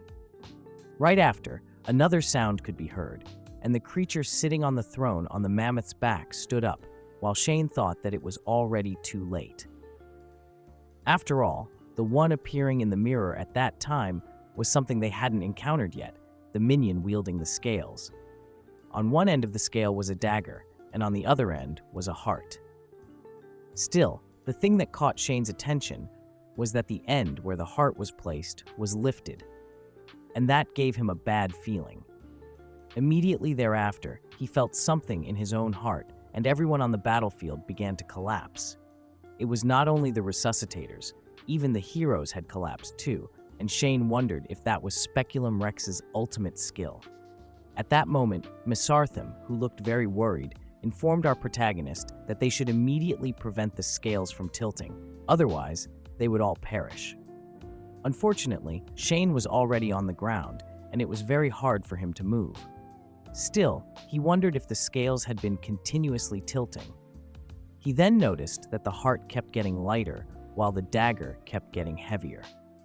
So in other words, that was actually a killing move, and the moment the end with the dagger completely sank, the hearts of everyone there would immediately cease to beat. After realizing that, he agreed with the sheep that the tipping of the scales should be stopped immediately. But the problem was that his heart was in too much pain, and he couldn't move at all. At that moment, he saw Meltier and thought that his own consciousness was starting to blur and his own body was falling into a familiar sense of powerlessness. Our protagonist then wondered if he had run out of mana because he couldn't see anything anymore. Right after, he completely fell while thinking that they were still too weak, so even if everyone united or new skills were unlocked, it was still useless. After all, right from the start, that was a fight that they never stood a chance against. So, winning that battle with a motley group of 1 to 2-star heroes might just have been wishful thinking. In the end, even the safety of the Belladonna Hunting Guild, which was comprised entirely of 5-star heroes, was uncertain, so a group of mere extras couldn't hope to achieve anything. Time passed, and Shane felt that his consciousness was getting fuzzier, but then he heard someone saying that someone was coming out of the dungeon. That made him react, and he opened his eyes wide while wondering who was coming out. But then he realized that the ones coming out were not shadow demons, but humans. Right after, he screamed that they were there, and the others realized that those who were coming out were the members of the Belladonna Hunting Guild. The heroes from the Belladonna Hunting Guild cursed, saying that they hadn't expected an accident to happen inside the dungeon. Then, right after, they told the heroes outside to stand back and leave the fight to them. Afterward, one of the heroes told Hippolyte that he needed to be faster because they couldn't let the scales continue to tilt. He also commanded another hero, Larka, to clean up the surrounding small fry. Immediately thereafter, a huge magic array began to unfold in the sky, and it made the scales stop tilting and return to the initial position, which made the pain everyone was feeling in their chests disappear. Meanwhile, the other heroes began to wipe out the shadow demons easily, and Shane was amazed by the strength of the 5-star heroes. After all, the monsters that Meltier and his troops had fought so hard against were completely powerless against the heroes from the Belladonna Hunting Guild. Then, the next moment, he felt his strength leave his body, and our protagonist passed out while thinking that they had managed to survive. Right after, Mesarthim arrived at Shane's side and began to ask him if he was okay, but the other didn't reply, and the sheep said that he should have passed out from exhaustion since he really didn't have much mana left.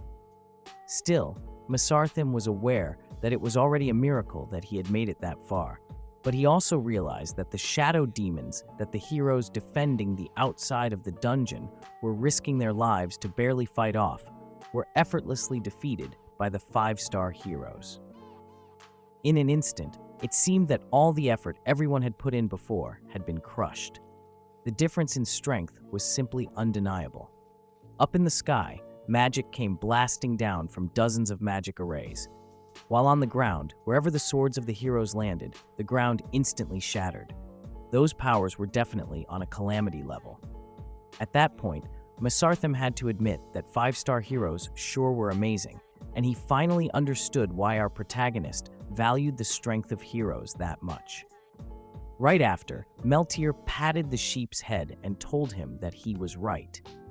After all, if it weren't for the appearance of the heroes from the Belladonna Hunting Guild, they surely would have perished there. The hero's appearance surprised the sheep, who quickly asked him if he had gotten injured while fighting in the front lines, while thinking that the other had surely heard him. Meltier then replied that he was fine and added that in case he wasn't, he could still rely on Shane's mana to recover. He also added that the most worrying thing at that moment was our protagonist, but fortunately, he seemed to be okay. The hero then began to caress the resuscitator's head while saying that his breathing and pulse were stable. After hearing that, Mesarthim said that Shane was just temporarily unconscious and added that he would be back to his lively self once he woke up. Meltier then said that it was good to hear that because he truly hadn't expected the heroes from the Belladonna Hunting Guild to show up in time. He had thought that they would be dead for sure at that time. Those words confused the sheep, who told the hero that he was comforting Shane the whole time. The resuscitator was restless, to the point of even swearing that he had figured something out. The blonde guy then laughed and said that he had done that to calm him down. In truth, it seemed that he might have never entered a dungeon at all during his lifetime, nor have he fought directly against shadow demons.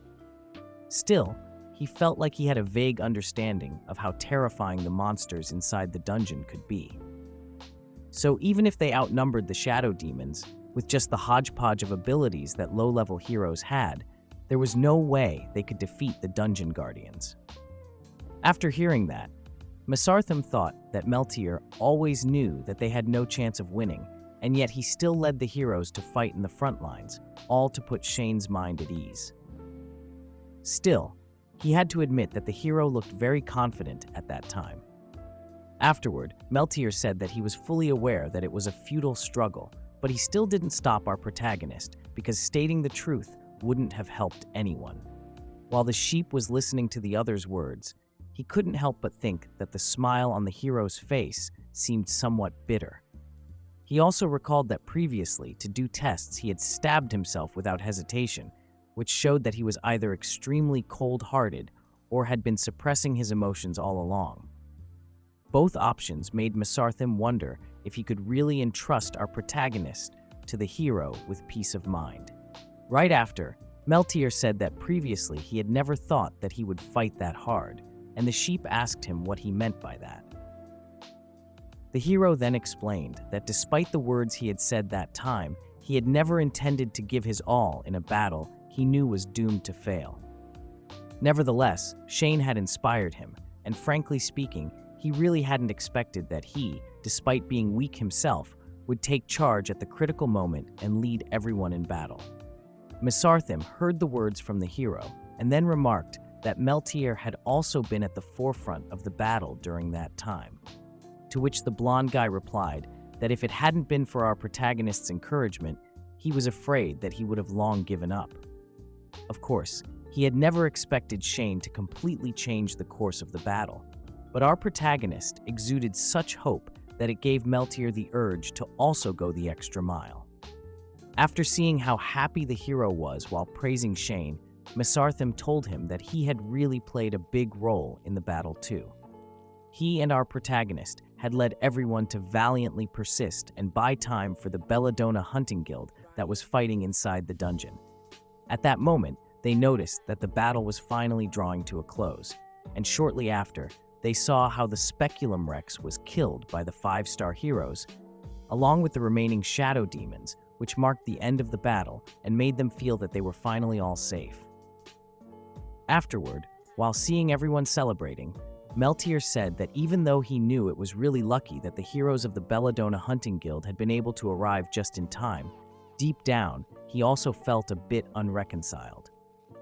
Those words confused the sheep, and the hero explained that it seemed that only the most powerful heroes had what it took to save the world, before adding that it would be great if he also possessed such powerful abilities as them.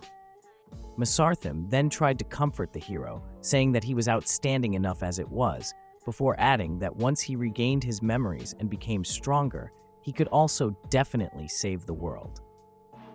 After hearing that, Meltier thanked the other for his kind words and added that, in any case, as long as he worked hard enough, he could also become Shane's trusted aide, to which the sheep agreed.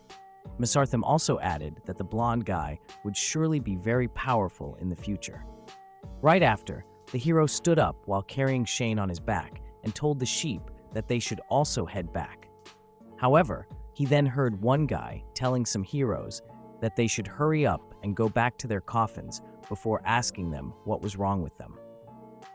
Then, one of those heroes apologized and explained that he had felt like he had seen something at that precise moment, but he then dismissed that thought and said that it must have been his imagination. After the battle, the Belladonna Hunting Guild began to busy themselves with clearing the battlefield. They had originally thought that the high-level shadow demons that had escaped the dungeon would cause a lot of casualties. Thus, they never expected that the heroes outside could persist in fighting against Speculum Rex for an hour. Of course, the Hunting Guild explained the incident and offered compensation to the temporarily hired resuscitators. They said that after they had finished mining gems, they battled the dungeon guardians, and during that altercation, the internal structure of the dungeon suddenly transformed, causing the guardians to escape. And sure, they also remarked that that was also the first time that they had experienced something similar. Fortunately for them, due to the incident not causing too much damage, and with the Belladonna Hunting Guild providing sincere compensation, the matter was quickly settled. However, many were skeptical of the Hunting Guild's explanation. After all, with an anomaly of that magnitude occurring in a relatively small and simple dungeon, it definitely wouldn't be convincing enough to explain that it was simply due to an accident. In the end, soon, the incident was resolved and the resuscitators returned to the city, and inside of one of the carriages, one resuscitator told another that she really had thought they were goners back there inside the dungeon, to which the other replied that he had felt the same, before adding that it was incredible having a straight path suddenly morph into a labyrinth. Afterward, the lady said that those guys outside should have definitely cussed them out behind their backs elsewhere, and the other asked how they had managed to stand their ground. Then, an old man who was with them said that fortunately, there weren't too many casualties, otherwise the consequences would have been unimaginable. After hearing that, the young man agreed and added that, to be honest, he had never expected that those amateurs they had temporarily hired to deal with the surrounding shadow demons would be able to survive until they came out. The woman also added that their strength aside, they had no idea how to fight against the shadow demons in the dungeon, nor had they been given any strategic commands to their heroes. It was then that the young man said that he had vaguely heard something. Apparently, back on the field, there had been a resuscitator holding a strange tube in his hand, and he was commanding the people to follow his directions. The others then asked what he meant by a tube, and the young man said that he guessed that it was an item that amplified sound. In short, he and his hero placated the resuscitators present at the scene and even directed them to resist the onslaught of the shadow demons. Wait, even after hearing that, they weren't interested in knowing who were those guys? That's taking arrogance to the next level. The old man then said that an enchantment that amplified sound was not high-level magic, not to mention that no one usually carried an item like that around with them, which made him think that he was a peculiar guy.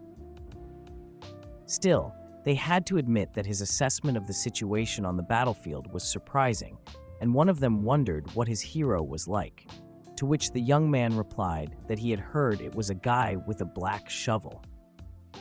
He also added that even though his combat power wasn't strong, he seemed to have been blessed with leadership because, under his guidance, the morale of the heroes had also been significantly boosted. Furthermore, he also seemed to be very familiar with the shadow demons inside the dungeon.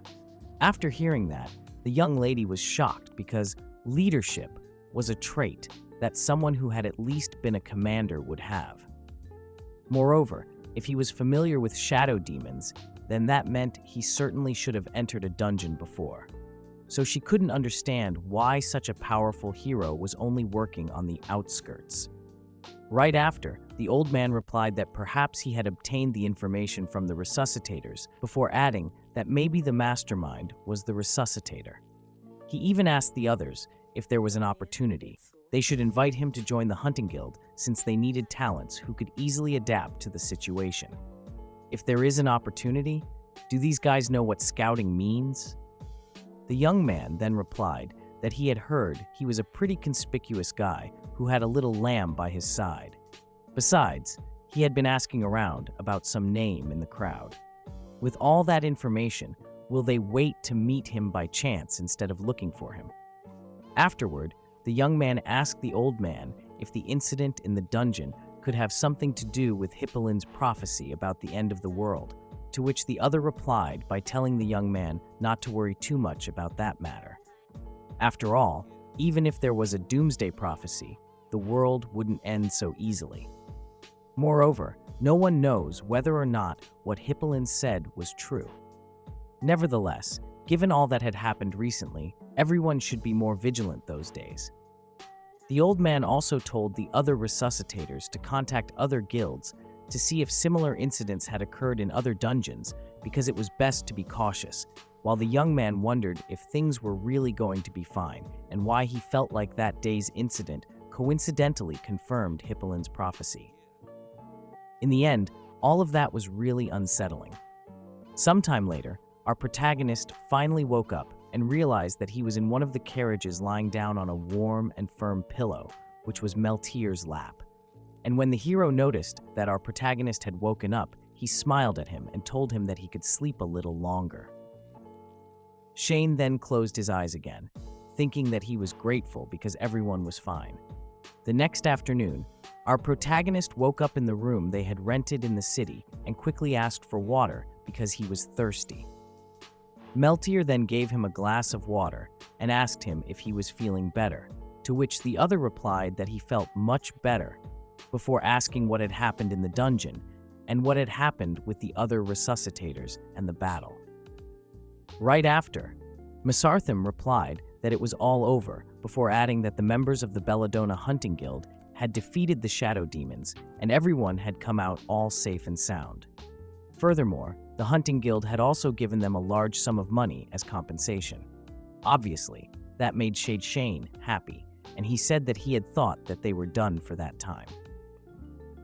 The sheep then gave him some cookies and told him that he could eat as much as he wanted because after they were paid, they had gone to the market and bought tons of snacks. Unfortunately, that did not please our protagonist, who ended up yelling at Mesarthim because they needed to save the money. After all, Meltier's equipment still needed upgrading. He even complained to the hero for allowing the sheep to spend recklessly before reminding him that he should not be fooled by the other's cute appearance. The hero said that it was not what Shane thought and explained that he had just followed Mesarthim's recommendations and had bought some snacks he thought our protagonist would like, because the blonde guy liked seeing the resuscitator enjoying himself when eating. Those words and the blush on Meltier's face made our protagonist blush too, and he quickly said that he just didn't want to waste money, even though those cookies were delicious. He then told the hero to use that money to upgrade his armor and weapon first. After all, he had helped out a lot that time. However, Meltier replied that compared to his equipment, there were more important things to consider. That confused Shane, who quickly asked the hero what he meant by that, before adding that he was the only hero he had, so the most important thing in our protagonist's opinion, was to make Meltier stronger. The blonde guy then got serious and replied that there was really something more important. Moreover, it seemed that the equipment he had didn't have much effect on him. That confused Shane even more, and he asked the other to elaborate on that. But almost immediately, he realized something and said that the hero's specialty wasn't directly in combat. Right after, Meltier confirmed it and praised our protagonist for being quite keen, as he had expected. After all, the resuscitator really grasped things very fast. As for Shane, he thought that Meltier was indeed not a good damage dealer and was not suitable to be a tank either. As for his skills, the first one, while it could only attack a single enemy, the shockwave it emitted could stun nearby enemies within a certain radius. And the second one was called Leadership, which not only could boost the allies' morale, but could also optimize combat patterns. After analyzing all that, the immediate conclusion was that Meltier was actually a support-type hero. He wasn't suited for direct combat, but he could help other heroes enhance their combat abilities. So upgrading his equipment wouldn't make too much sense. Of course, he also thought that in the early stages of a game, it was much better to have a strong damage dealer than a support, but in the later stages, the role of a support became more apparent, which meant that the blonde guy wasn't completely useless. Wow, that was ruder than Snape criticizing Harry Potter. At that moment, Shane's thoughts were interrupted by the hero, who gave him a subjugation card while explaining that it was a certificate issued by the Belladonna Hunting Guild as proof that they had participated in the Shadow Demon subjugation campaign. Moreover, in the past week, the hero had slain around 350 or so shadow demons in total. Those figures surprised our protagonist, which in turn pleased Meltier, who then added that every 50 shadow demons slain got 1 soul stone in exchange. Those words made the resuscitator feel elated, because that meant that they could get 7 soul stones from that. Sadly, Mesarthim told them that the city where they were didn't have an establishment that could exchange subjugation cards because it wasn't very big. Only larger cities had exchange centers for soul stones. In short, if they wanted to use the subjugation card to exchange for soul stones, they would need to go to a larger city. Right after, Meltier told Shane that what he needed in order to enhance his combat efficiency at that moment was not equipment. Rather, he needed to find heroes who could fight alongside him. So, once they arrive at the big city, they should head to the exchange center to redeem soul stones and summon new heroes. Furthermore, if the resuscitator was lucky enough to summon a hero who could face the enemies head-on, then using that money to arm them would be more efficient. Those words were supported by the sheep, who said that our protagonist needed to expand his combat team. In fact, Shane also thought the same, and he even wanted to do it, but he somehow didn't feel completely fine with the idea. Then he began to wonder if something had happened while he was unconscious, because Meltier's expression looked a bit downcast. The hero then suddenly began to laugh and told the resuscitator that they had almost lost their lives, and it was thanks to the timely appearance of the heroes and resuscitators of the Belladonna Hunting Guild that they had managed to survive. Shane agreed with that and added that they had started off holding up quite well, but in the latter half, they were completely helpless against the Dungeon Guardian's skills and could only wait for their deaths. The blonde guy then explained that when our protagonist was passed out and couldn't see how the battle was going, the Hunting Guild's heroes, who had emerged from the dungeon, effortlessly wiped out all those shadow demons. Those monsters they had struggled to defeat with all their might were just a piece of cake to them. So, the hero felt that in order to survive in the dungeons, and in turn, that world, they needed to at least have that kind of formidable power. So, he couldn't help but become a little bit anxious. After hearing that, Shane admitted that the monsters they barely resisted, even at the risk of their lives, were easily dealt with by the Hunting Guild as if they were merely crushing ants. So if it were him, he would also feel disheartened. Meltier agreed with that and added that he hoped they could become stronger as soon as possible, because he never wanted to be out in such a helpless situation ever again. Of course, they couldn't ignore everyone's noble spirit and unyielding courage in the face of death. Not to mention that through that battle, they had also grown considerably stronger. Furthermore, with our protagonist taking the lead, the hero was able to discover his commanding ability, and for that, he was truly happy and sincerely grateful to Shane. After hearing that, our protagonist got embarrassed and said that he couldn't take credit for that because that was something the hero had had in him all along. But the other replied that the resuscitator shouldn't be too humble. Afterward, the blonde guy explained that through that experience, he had come to understand that the only way to not be defeated in the future was to become stronger, and summoning new heroes was precisely the thing they needed to work hard on for that goal. Shane then said that he was also in favor of summoning new heroes, but he was wondering if his mana would be enough to support 2 heroes. After all, as Masarthim had said, he was still just a rookie resuscitator, so he was afraid he wouldn't have enough mana. Right after, the sheep replied that it would depend on how powerful the new hero he would summon was. Not to mention that our protagonist had leveled up a lot that week, so supporting 2 heroes at the same level as Meltier shouldn't be a problem. Shane then checked the system window and was shocked after seeing how much he had leveled up. He was only level 5 before arriving at the city, but at that moment he was level 25, which meant that he was 5 times stronger than before. As for his mana, the maximum it could reach before was only 100, but at that moment it was 7,500, which was also great news. Immediately thereafter, Masarthim said that Shane had made great progress that time and should be very proud. Still, the sheep also pointed out that if he summoned a hero more powerful than Meltier, then it would be a different story.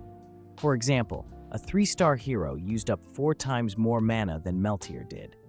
That surprised our protagonist, who said that the consumption rate was too high.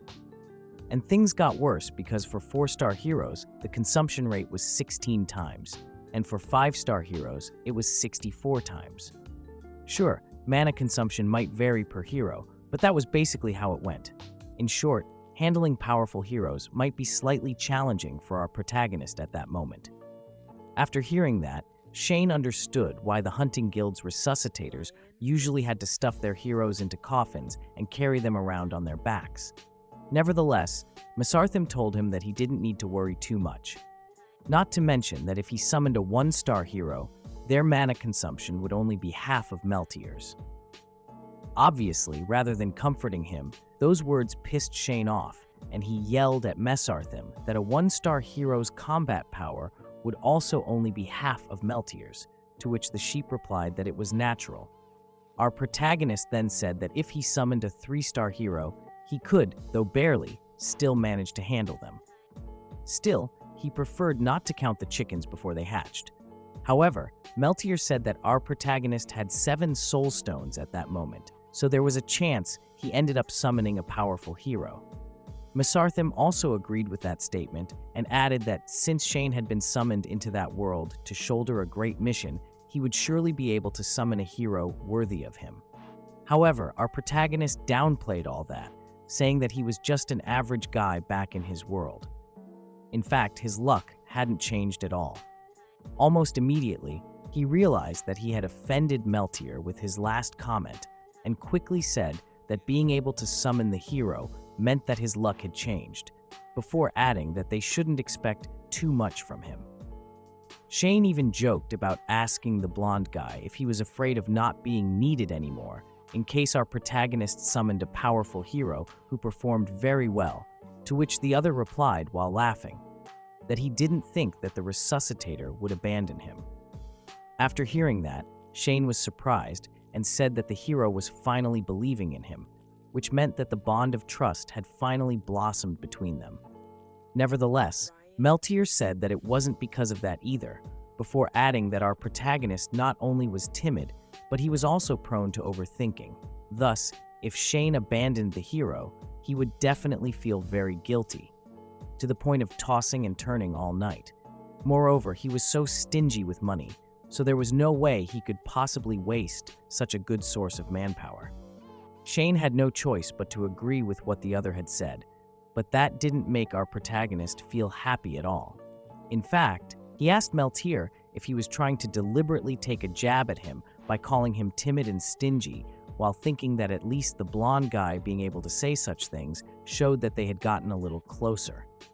Afterward, Meltier added, while smiling, that in the end, even if he really got abandoned by Shane, he would have been of help to our protagonist up until then, and for the hero, that was enough. As for the resuscitator, he was shocked after hearing those words. The blonde guy explained that soldiers on a battlefield were like chess pieces on a chessboard. So, if the pieces played their role well and won the chess game, then no matter if they were eaten by the opponent, it was a sacrifice for the greater good. On the other hand, if the chess pieces didn't play the role well, it was a disgrace for them to remain on the board, especially after the game was lost. After hearing that, Shane wondered how the conversation had suddenly gone off track and thought that Meltier probably didn't mind him making fun of him.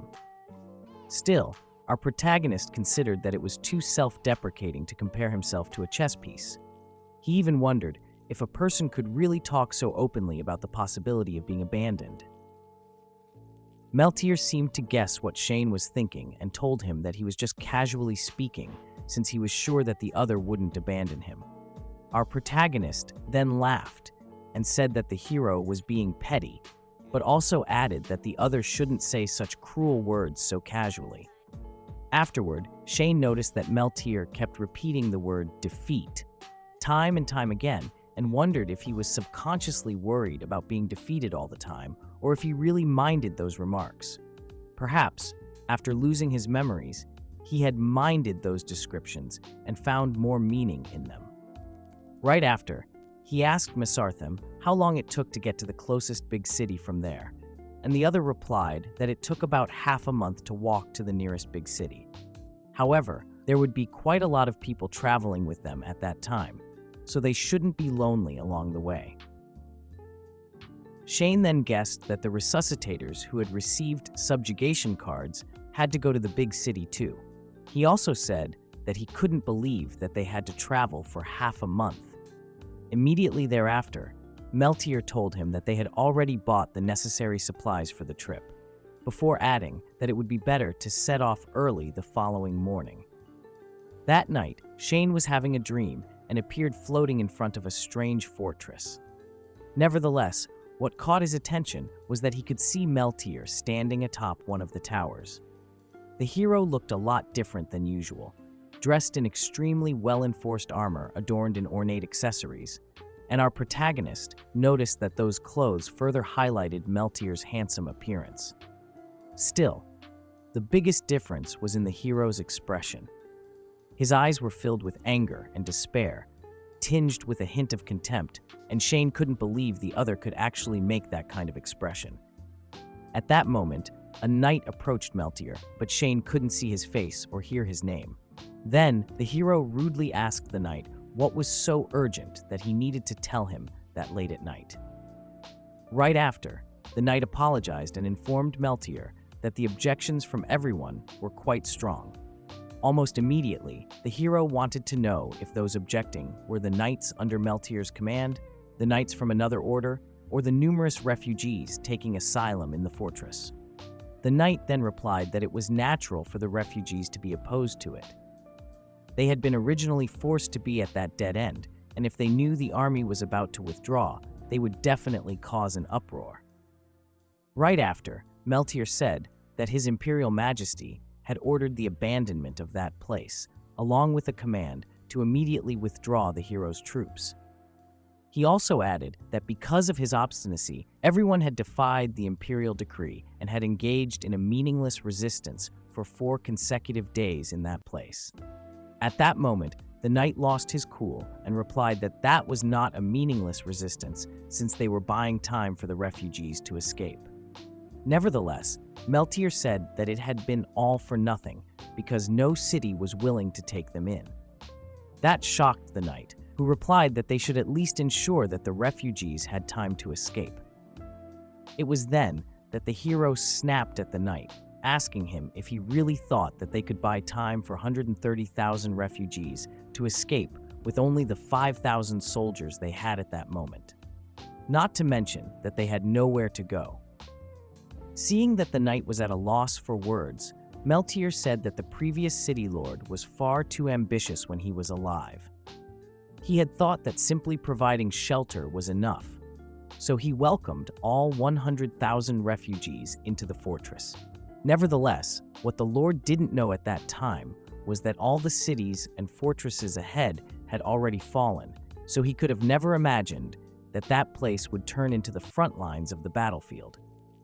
The knight then also snapped at the hero and asked Meltier if that was his reason for withdrawing his knights and abandoning the refugees. He also asked the hero if he wanted them to abandon the weak, run for their lives, and live on as cowards. Meltier then smiled at the knight and told him that that was a silver lining, before adding that at least in their last moments, their existence would still be worth something. After all, the speed at which the tired and hungry refugees would escape would be very slow. So, when they were devoured by the shadow demons, it would slow down the monster's pursuit, allowing all the knights to evacuate safely. Those words pissed the knight even more, but the hero said that soldiers on a battlefield were like chess pieces on a chessboard, and refugees were no different. Right after, he began repeating the same words he had told Shane previously that day, which shocked the resuscitator. As for the knight, he asked the hero if he sincerely meant those words, but Meltier ignored the question and finished his statement. The hero then added that those people hadn't been favored by God in the first place, and they offered no help in the slightest in battling against shadow demons. So he sincerely felt fortunate that they could demonstrate their worth in the last moments of their lives. Therefore, he hereby officially ordered every person to evacuate the following day. That was a decision he had personally made, and he would bear full responsibility for it.